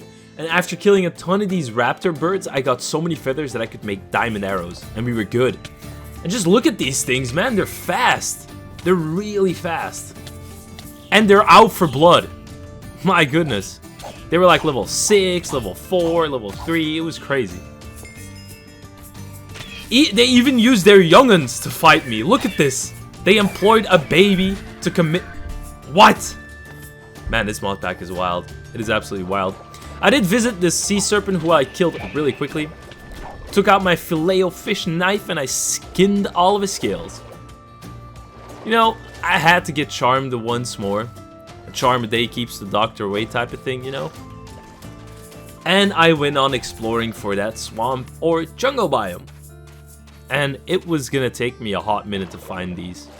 It was gonna take me a hot minute. Quickly killed another battle tower golem on the way. And I looted up his... Ooh, that's an XP tome. That's something that holds 30 levels of experience, which is beautiful. And if you want to know how long I adventured for, just look at my levels. Level 49, and I was still going. I took this spiky boy and I stabbed his eyes out. And I looted up all of his stash. And he had such a small stash. Like, there was not much good loot in there. I dumped all of my levels into magic because we were going for that magic mirror that can instantly teleport me home. Needs 32 levels in magic though, so we were quite a ways off. I needed 2 more levels in it. 2 more. Started placing down all of the blocks for my beacon, and man, I never really realized how expensive a beacon is. It's really expensive. I also messed up trying to get back into my base. Yeah, let's not mention that. And I made another witherbone handle to make another saber, another dragonbone saber. Because we were doing none of that shield business. I was running 2 swords feeling like Kirito from Sword Art Online. And I was gonna slash everything, man. I was on that maximum attack damage type of stuff. You know what I'm saying? And this is where I found an underwater Lycanite's dungeon. I didn't know these things existed. And I found Bruce first. Bruce really wanted to get my ass, but I wasn't gonna let him. I got pulled in, and I started killing him, but he did a lot of damage to my head, and I recalled home. I needed to have a little bit more lifesteal and some rejuvenation items before I was gonna go in there. So I made my way over to a swamp biome that didn't have no birds, of course, and I found another library. And this place actually had some good books. I was really surprised, man. A library with good books. Oh, lifesteal too? Envenomed? Okay. Okay, this is a W library. I tested out my dual wielding on these Aegises and they stood no chance. It's also because I got that strength 4 from the rain, and I enchanted my Dragonbone Saber with the lifesteal 2, which is awesome. With my 2 life-stealing swords in hand, I felt comfortable enough to take on Bruce. I gave myself some absorption using this advanced medkit that I found. And of course I couldn't get it in the hole, that's what she said. And I took out my sabers, ate a god apple, and I went straight for Bruce's head. I was gonna take his ass this time. And he was actually surprisingly easy to kill. I really didn't have to eat that god apple, but hey, better be safe than sorry, not looking to die on day 75. I found the Loch Ness Monster, and man, that thing is big. That thing is big. I did feel comfortable enough to kill it though, so I first removed all the spawners because these things give paralysis, and I'm not looking to get paralyzed during a fight with a boss, man. Not looking to have that. They did also damage me quite a bit. I took some shots to the head. I immediately went in for the Loch Ness Monster. I got scared, so I needed to heal myself up, take some rejuvenation item, the Aerosaur meat as you know it, and it makes my healing so much stronger. And this guy stood no chance. I got the Aerosaur meat in my body. I felt like I had a nasty pump after a workout, and I just smacked the living hell out of this dude. He did actually manage to deal a fair bit of damage to my head. I was really surprised, as well as my body. So I quickly took out the enchanted medkit, healed myself up, and went straight in for the last hit. And down Loch Ness went. Now, the next boss you see on the screen is the Man Ray, and I did do some research before I fought this thing, because the IO rays are also very strong. Now, just take a moment and watch how fast this goes. He needs some milk! Oh yeah. Oh yeah. That's 2 shots to the head and I'm almost dead. In the Discord server, I was talking about this with a few guys, and man, some guy showed up a screenshot of him having more than, I think it was either 50,000 or 500,000 score in a hardcore world, and the dude got one shot by the Man Ray. Like, those things are scary. Very ironically, the first mob that I spawn as a pet is an IO Ray. So that's like icing on the cake. You know what I'm saying? It's like icing on the cake. And the second soul stone has the Loch Ness Monster. This really doesn't fit in my base, man. Come on, what is it? Get that thing out of here. I did find another swamp biome, but on the wiki it says that the Stymphalian birds spawn in swamp biomes during the world generation. So if you don't see any, you're out of luck. I did find another Lycanite's dungeon, and for some reason I almost got popped in this place, man. Look at how much damage I'm taking. Man, this Modpack never fails to amaze me. Everything is really out to kill you, even after so long. Usually when you're playing Modpacks, like by day 70 you're overpowered, but man, this thing can still kill you. And yeah, that blighted crab for some reason exploded. I'm also not sure what happened there, but yeah, it is what it is. We kill it, we claim the experience, and we're back on our way. After a little bit of exploration, I found another underwater dungeon, and yeah, we're not going in there. We're not doing that. No, we're definitely not doing that. Nuh-uh. Did find another swamp biome, but as you know, we are not lucky, so I didn't get any Stymphalian birds. Again. Quickly went up this battle tower to test out my swords. And oh my god. We absolutely burned through his health. The guy didn't even survive 3 seconds. Also didn't stick the landing, which was karma for laughing at him. And then I found a blighted zombie. And it only took me 3 shots with my bow to take him down. That was amazing. Got some extra experience locked up. And we were killing these croquets when a dragon showed up and absolutely bombarded me. So I used my last recalling potion and I got home because look at my head. The guy dealt 5.5 hearts of damage. 6.5. 6.5 hearts of damage. Quickly reforged my Ring of Enchanted Eyes and I got Undying. Let's go! That's amazing. That is so good. Oh my. 3% damage reduction. That's all I want in life is damage reduction. What is this Belf thinking? You think you can just show up, burn my village? Ooh, we found a Stymphalian bird. No, not a Stymphalian, an Ametrine. Okay, we got the Ametrine bird down, and I only got 1 feather though. So it took me until day 78 to find this, but hey, it is what it is. We got the birds, we got the feathers, we're gonna be able to fly on a rock now, which is awesome.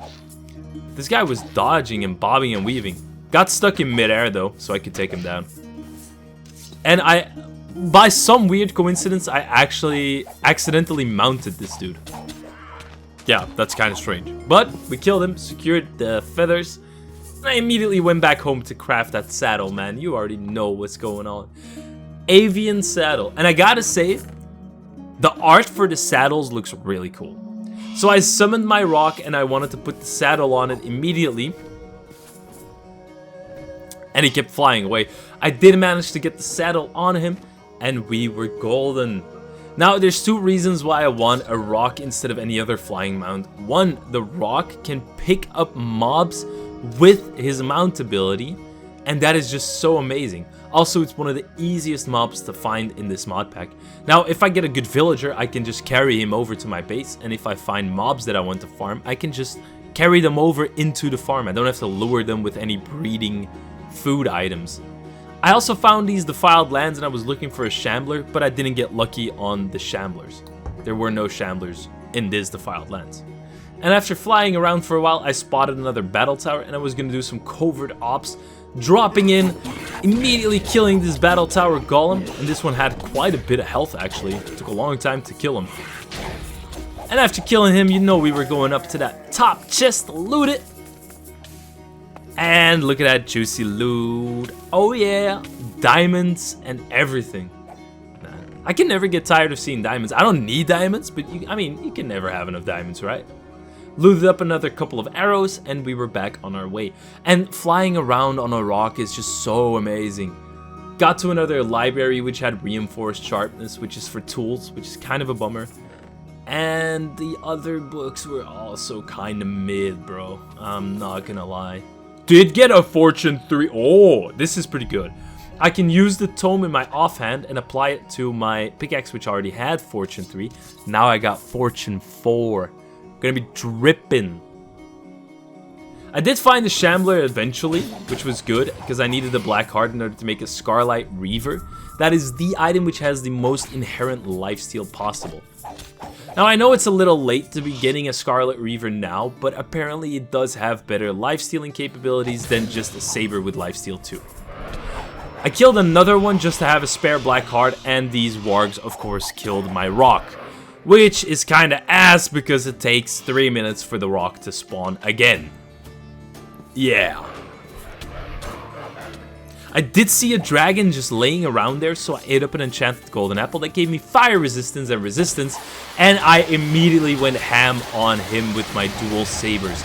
I was slashing him open left, right, and center. This guy stood no chance. It's only a small dragon though. I think it would be different if it was a tier 5 dragon, but we'll get to that later. quickly killed him, and I was gonna secure me some scales. Because I had all the flame dragon bone weaponry that I wanted. So now I just needed some scales in order if I wanted to switch to dragon gear. I did really want that golem gear instead of dragon gear though. Back in another tower dungeon, I got all the loot out of the top floor, and I looted the library on the bottom. And yeah, again, these enchantments are kind of basic. I don't need them anymore. I'm just looking for the end game enchantments by now. Like advanced protection, supreme sharpness, like those kind of things. I did find another sea serpent that was stranded at this library. He was looking for knowledge, I think. And I quickly killed him with my sabers, because on land they don't mean anything. And he dropped teal scales, and my armor is teal, so I can reforge at home. Got to another library, and this was again, the safeguard is kinda nice, but nothing too crazy. The trades were also not that great. And a multi-shot, that's high. Lucky to see, flinging, advanced projectile protection, and depth strider. Yeah, nothing we can really use, sadly. I did get another mending book, which I put ready for my halberd, and we were gonna soon make that halberd. It's gonna break the game, man, I'm telling you. Reforged the helmet, and I got tough on it, which is okay. It's not the best that you can have, and really want a masterful, but that's fine. And I started working towards the Rune Reader. Now, the Rune Reader is a special item that allows you to read those crafting runes, to check what the crafting recipe is. Now, these runes will have crafting recipes that are completely randomized, so it takes a while for you to find all the items. Now, one of the best armor sets in the game is made with these crafting runes. It's called the Golem set, and it is incredibly good. Now, I thought I had enough crafting runes in order to find the Golem set, and, you know, talk about lucky, I really should run with a clover bauble all times in real life, because oh my god, my luck is absolute ass. I didn't get a single Golem piece. Not a single one. Yeah, my luck is absolute ass, man. I did get my Scarlight and my Black Hearts, as well as the Umbrium, to make the Scarlight Reaver, because I wanted to upgrade to the Scarlight Reaver, but I needed to find some life-stealing enchantments first, so I could have the perfect Scarlight Reaver. And this thing looked nasty, man. It looked nasty. That's a gnarly looking dagger. I did have enough Scarlight to reforge it, so I thought I was gonna get legendary easily, but well, it took quite a bit of Scarlight to just get sweeping. But sweeping was fine, because I was mainly concerned about the reach distance, and I got that on this sweeping. So it's good. We're good to go. What you see me making right now is some redstone magic wizardry. We needed to make an effective brewery in order to make some good wines to prolong all my potion effects. Now, there is a good guide. I'll leave a link down to it in the description. It's a guy that made a semi-automatic wine, like let's say wine setup to farm berries and the berry bushes. I'll leave that in the description. Go check it out.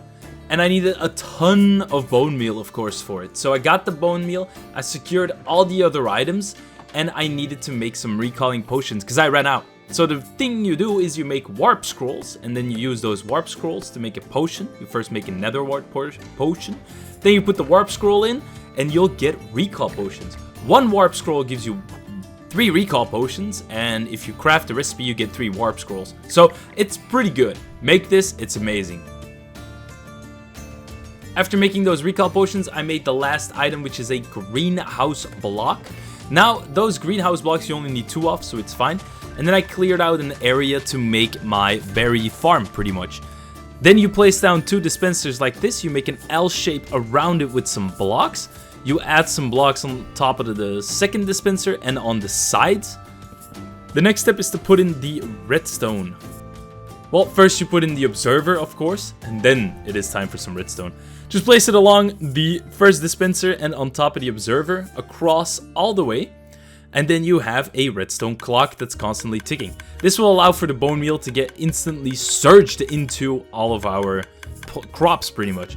You add some levers to adjust anything of the redstone system. The top left lever closes the redstone circuit, which is pretty nice. and then we put in our crushing tub and some armor stands. We're gonna place a piston on top of these armor stands to actually use them instead of ourselves to crush all of the berries. This system is the most amazing thing I've ever seen, makes making wine so much easier. Then you put up the piston right on top of it, and the redstone clock is connected to it. So if you turn on the redstone clock and the piston, it will go ham. Then you put some extra blocks over the redstone that you will add 2 twine to, and you place down the first grape seed because we have to grow the grapes on top of the twine. And then you go kill some mobs because we're still doing an adventure mod pack and we go ham, baby. Oh yeah, bet you didn't expect that one, huh? Then we put some dispensers and we put some bone meal inside of those dispensers to grow the grape. Oh my god, I can't. That was too good. Then we grow the grape so it can actually latch onto the twine. And don't worry, it will fix itself after we destroy the dispensers. We can get rid of that beanstalk of a wood pole down at the bottom and it will fix itself. The middle bush will eventually disappear, so it's fine. And then you put the other berry bush right in front of the second dispenser. You put 2 greenhouse blocks on top of those and you got your whole setup running. And this setup is it's just awesome. Look at this. You get berries for days, dude. You just sit, hold right click, you're good to go. Now, making the wine is a little bit of a tedious project, I am not gonna lie. But first, look at that crushing tub. It is immediately crushed. It takes like 1 second and you can fill 8 bottles with half a stack of grapes. It's so great. It's so great. Now, like I was saying, winemaking is a little bit tedious because the wine can have a different quality. You need so many glass bottles, so I first went and got some extra sand. Killed another battle tower golem because we still doing the adventure mod pack. We kill things, we go ham. The first time it was much better when I made that joke. But we needed a ton of levels anyway, so I kept adventuring because you need level 18 in farming in order to use the brewing barrel, and that is what you actually use to make the wine. I also put some extra valuable blocks in top of my, well, underneath my base to get that beacon running, and I finished it off with 2 gold blocks, and I had just enough gold by smelting some extra loot, and I made the last gold block. Then it was time to put my beacon on top of there, and we needed to free up some space in my base so the beacon could actually shoot up. So I went to the location where I needed to dig down, and look at that. Just like that, my beacon was activated. Bring home the bacon. The beacon. The bacon. Oh my god.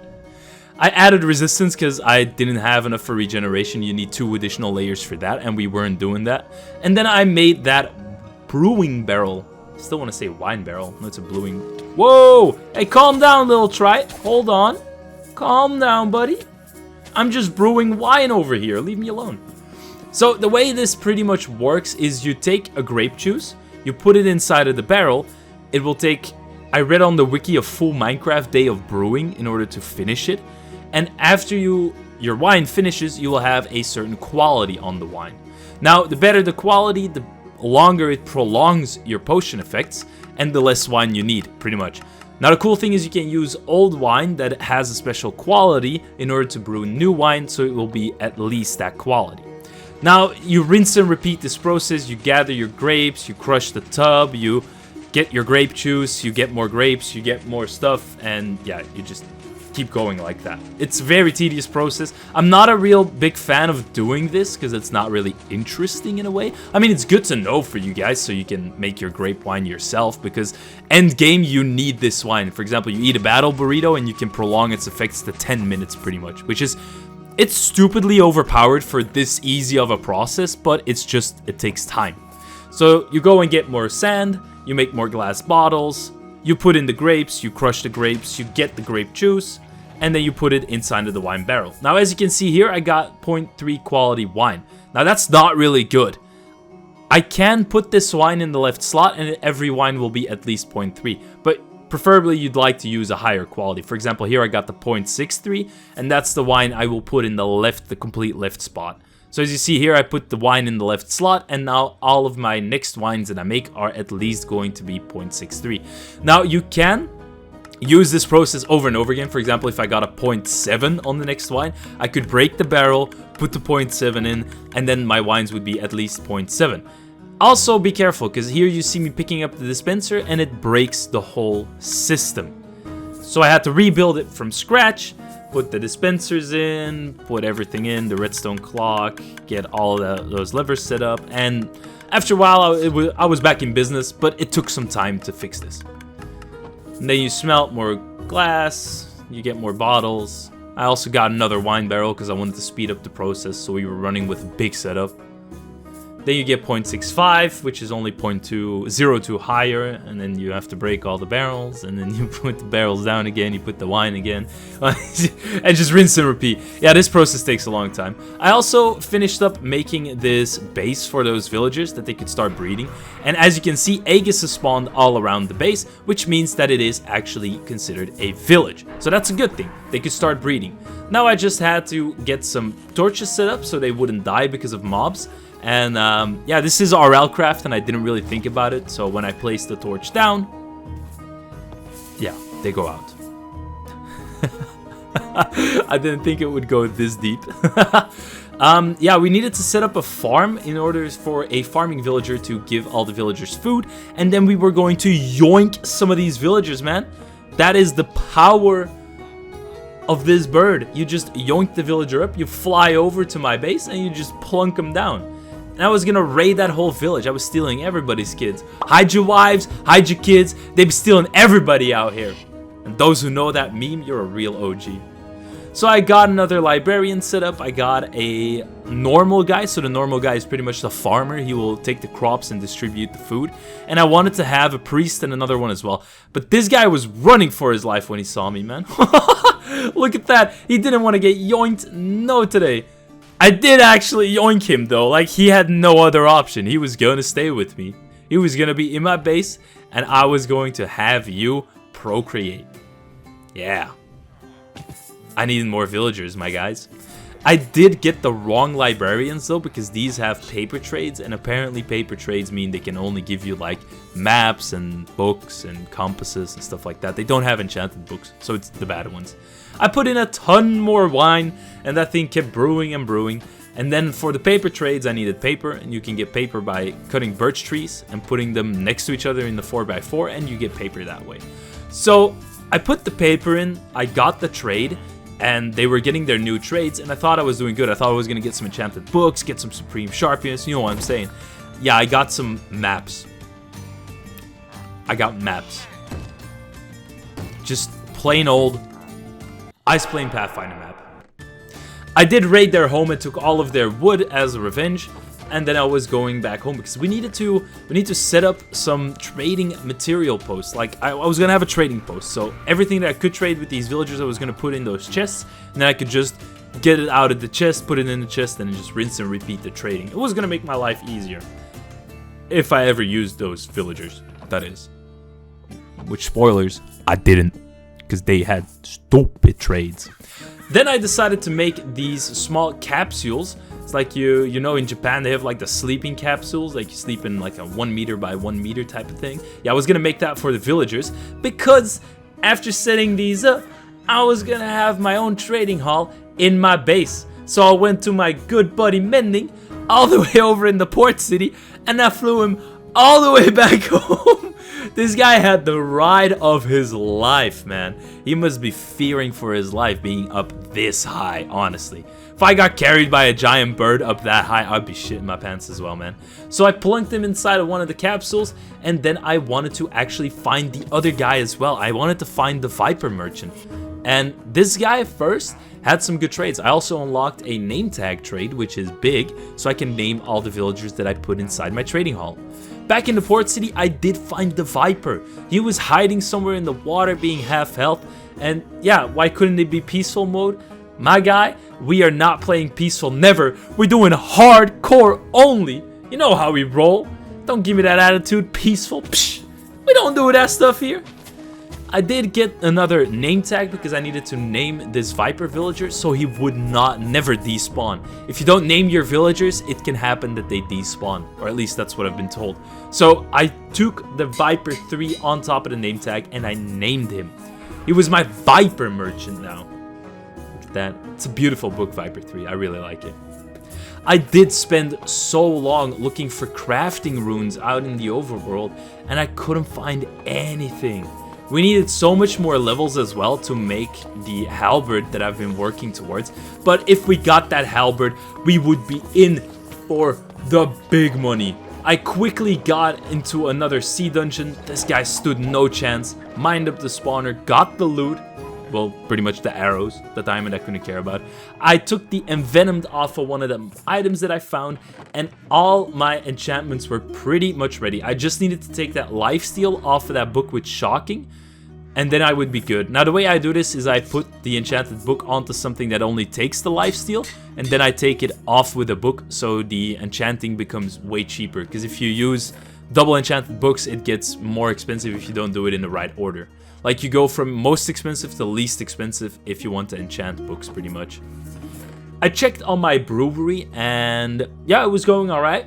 I thought I wanted to do the Lost Cities by day 100, so I thought if I started around these days, I would have some good wine by the time we get there. My villagers did not seem to really procreate, so I had no extra villagers. And then I went out flying, and I got almost killed by a dragon. Yeah, it was pretty scary, I'm not gonna lie. Body was on 3 hearts, and we were, heart was racing, man. Heart was racing. Sometimes these dragons do so much damage. I tried reforging that broken heart. Still didn't get lucky. We were still on that stupid reforge. Man, I really needed that reforge. I stored some experience and I went out back in the overworld because we needed so many levels to do these enchanting. I did get some good books from this villager, Swifter Slashes as well, and that's really good. I did some parkour and I absolutely failed at it, which is kind of a disaster. Took my revenge on the skeletons and I was out exploring. I still needed to find those crafting runes because full golem armor was the way I wanted to roll. But I just didn't find any runes, like never, like absolutely never. Back at home, I put strafe 3 on the bow, which made it pull back so fast. I wanted to put the power 4 to combine it to make a power 5, so I took out the enchanted tome I had, and then I could take the power 5 tome and make my bow have power 6. Look at that. That's a juicy bow. Next thing was enchanting the halberd. Now I was first sorting my books so that the most expensive would be the first enchantment and the least expensive the last enchantment. Now the way you go, you put 1 enchantment on the weapon, then you combine 2 books, then you combine 4 books, and then you combine 8 books. And that's the order you put them inside, and going from most expensive to cheapest. And that's the way you can actually put like 12 or 14 enchantments on an item like that, which is crazy. In my quest for experience to enchant my halberd, I found this Lycanite dungeon. Now, this Lycanite dungeon was not like the others, because the boss rooms had been severed. Yeah. I think Notch just deleted this whole dungeon. It was pretty weird. The boss names showed up, but there were no bosses to be found. Like, literally every boss room was cut off. But that didn't stop me, because there were still a ton of spawners inside of this place, so I could loot those up and have enough levels. Sounded like a good deal. Back at home, I started enchanting the books and combining the books in the order that I need to in order to get the strongest halberd possible. Now, I didn't have all of the endgame enchantments that I actually needed, so that was the sad part. Now, the good part is that this halberd is still going to smack absolute bum. It is going to beat the living hell out of everything. Honestly, this thing is so powerful. You'll see it in just a moment. But I got most of the enchantments on it, and I needed to combine it with the last book, but it was a little bit too expensive. So I went outside of my base, and I started slashing and hacking away at everything that was alive in my vicinity. Nothing stood a chance. I needed 22 levels, and I needed them ASAP. After killing all the mobs and getting 22 levels, I was back in my base, and I put all the enchantments on. And look at this thing. It is gnarly. This thing is gnarly, dude. I reforged it to legendary as well, so it was even more gnarly. Yeah, you know what I'm talking about. Yo, this thing goes hard. It also deals 21.35 base damage. Base. That is just base. I got some more vampire arrows, and I got some eyes, dude. You already know what we're gonna be doing. We are going to get to the end. We're gonna kill the dragon on day 90. It's the fastest I've done it, I think. I did find another dragon, and well, having this rock makes it so much easier because I can just strafe this dude and then I can shoot him with my bow. Yeah, it really doesn't take long to kill a dragon if you use this strategy. It doesn't even matter. They don't even hit you. I was really surprised to learn about this because I thought a dragon would still kill me and my rock and then just completely demolish me, but yeah, there you go. The rock is the way to go to kill dragons. Collected all of his scales, and then I wanted to find ASAP this end city dimension. Well, not the end cities, the end. And I thought I had a good shot because my eye was glitching, it went backwards, so that meant we were pretty close. I used a couple different eyes, and I actually ended up finding this stronghold, which was awesome.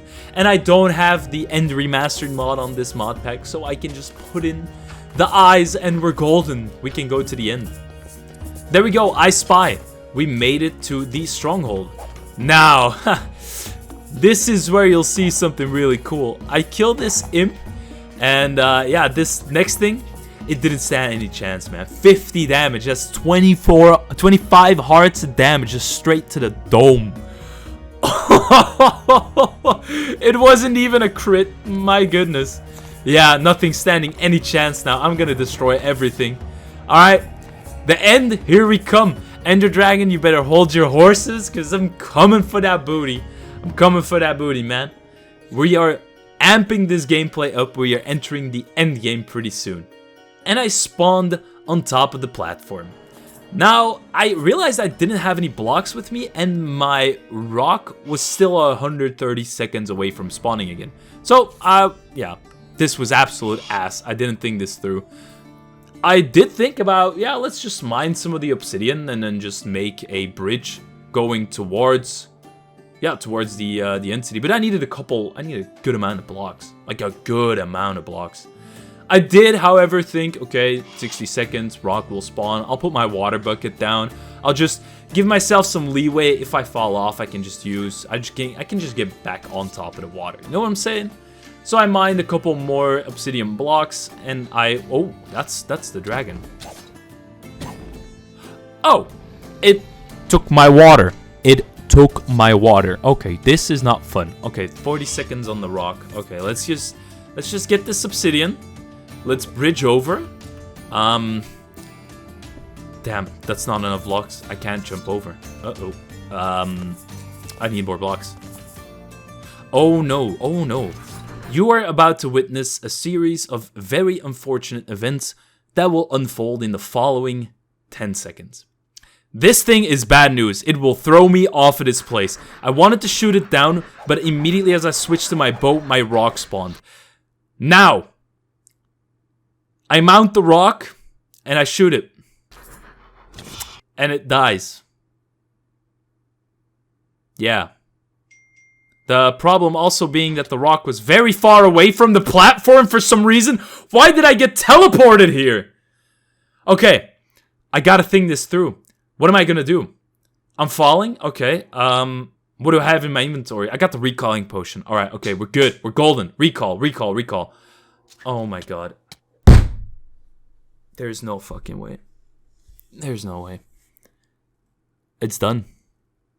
That's it. That's the end. Oh my god. It really has to end this way. Really. Oh, that's the hardest lesson I've ever had for prepare yourself. Oh, that is literally the worst way to die. That is one of the worst ways to die. Yeah, that's it, guys. That was RLCRAFT. We didn't make it. Club 100 became Club 91. Shit, I really should have survived that one. Damn. Alright, no worries though. No worries. Next time we get it. If you guys want to see me try this again, if this video gets 10,000 likes, I will... Yeah, I'll make day 1 to 200 in one video.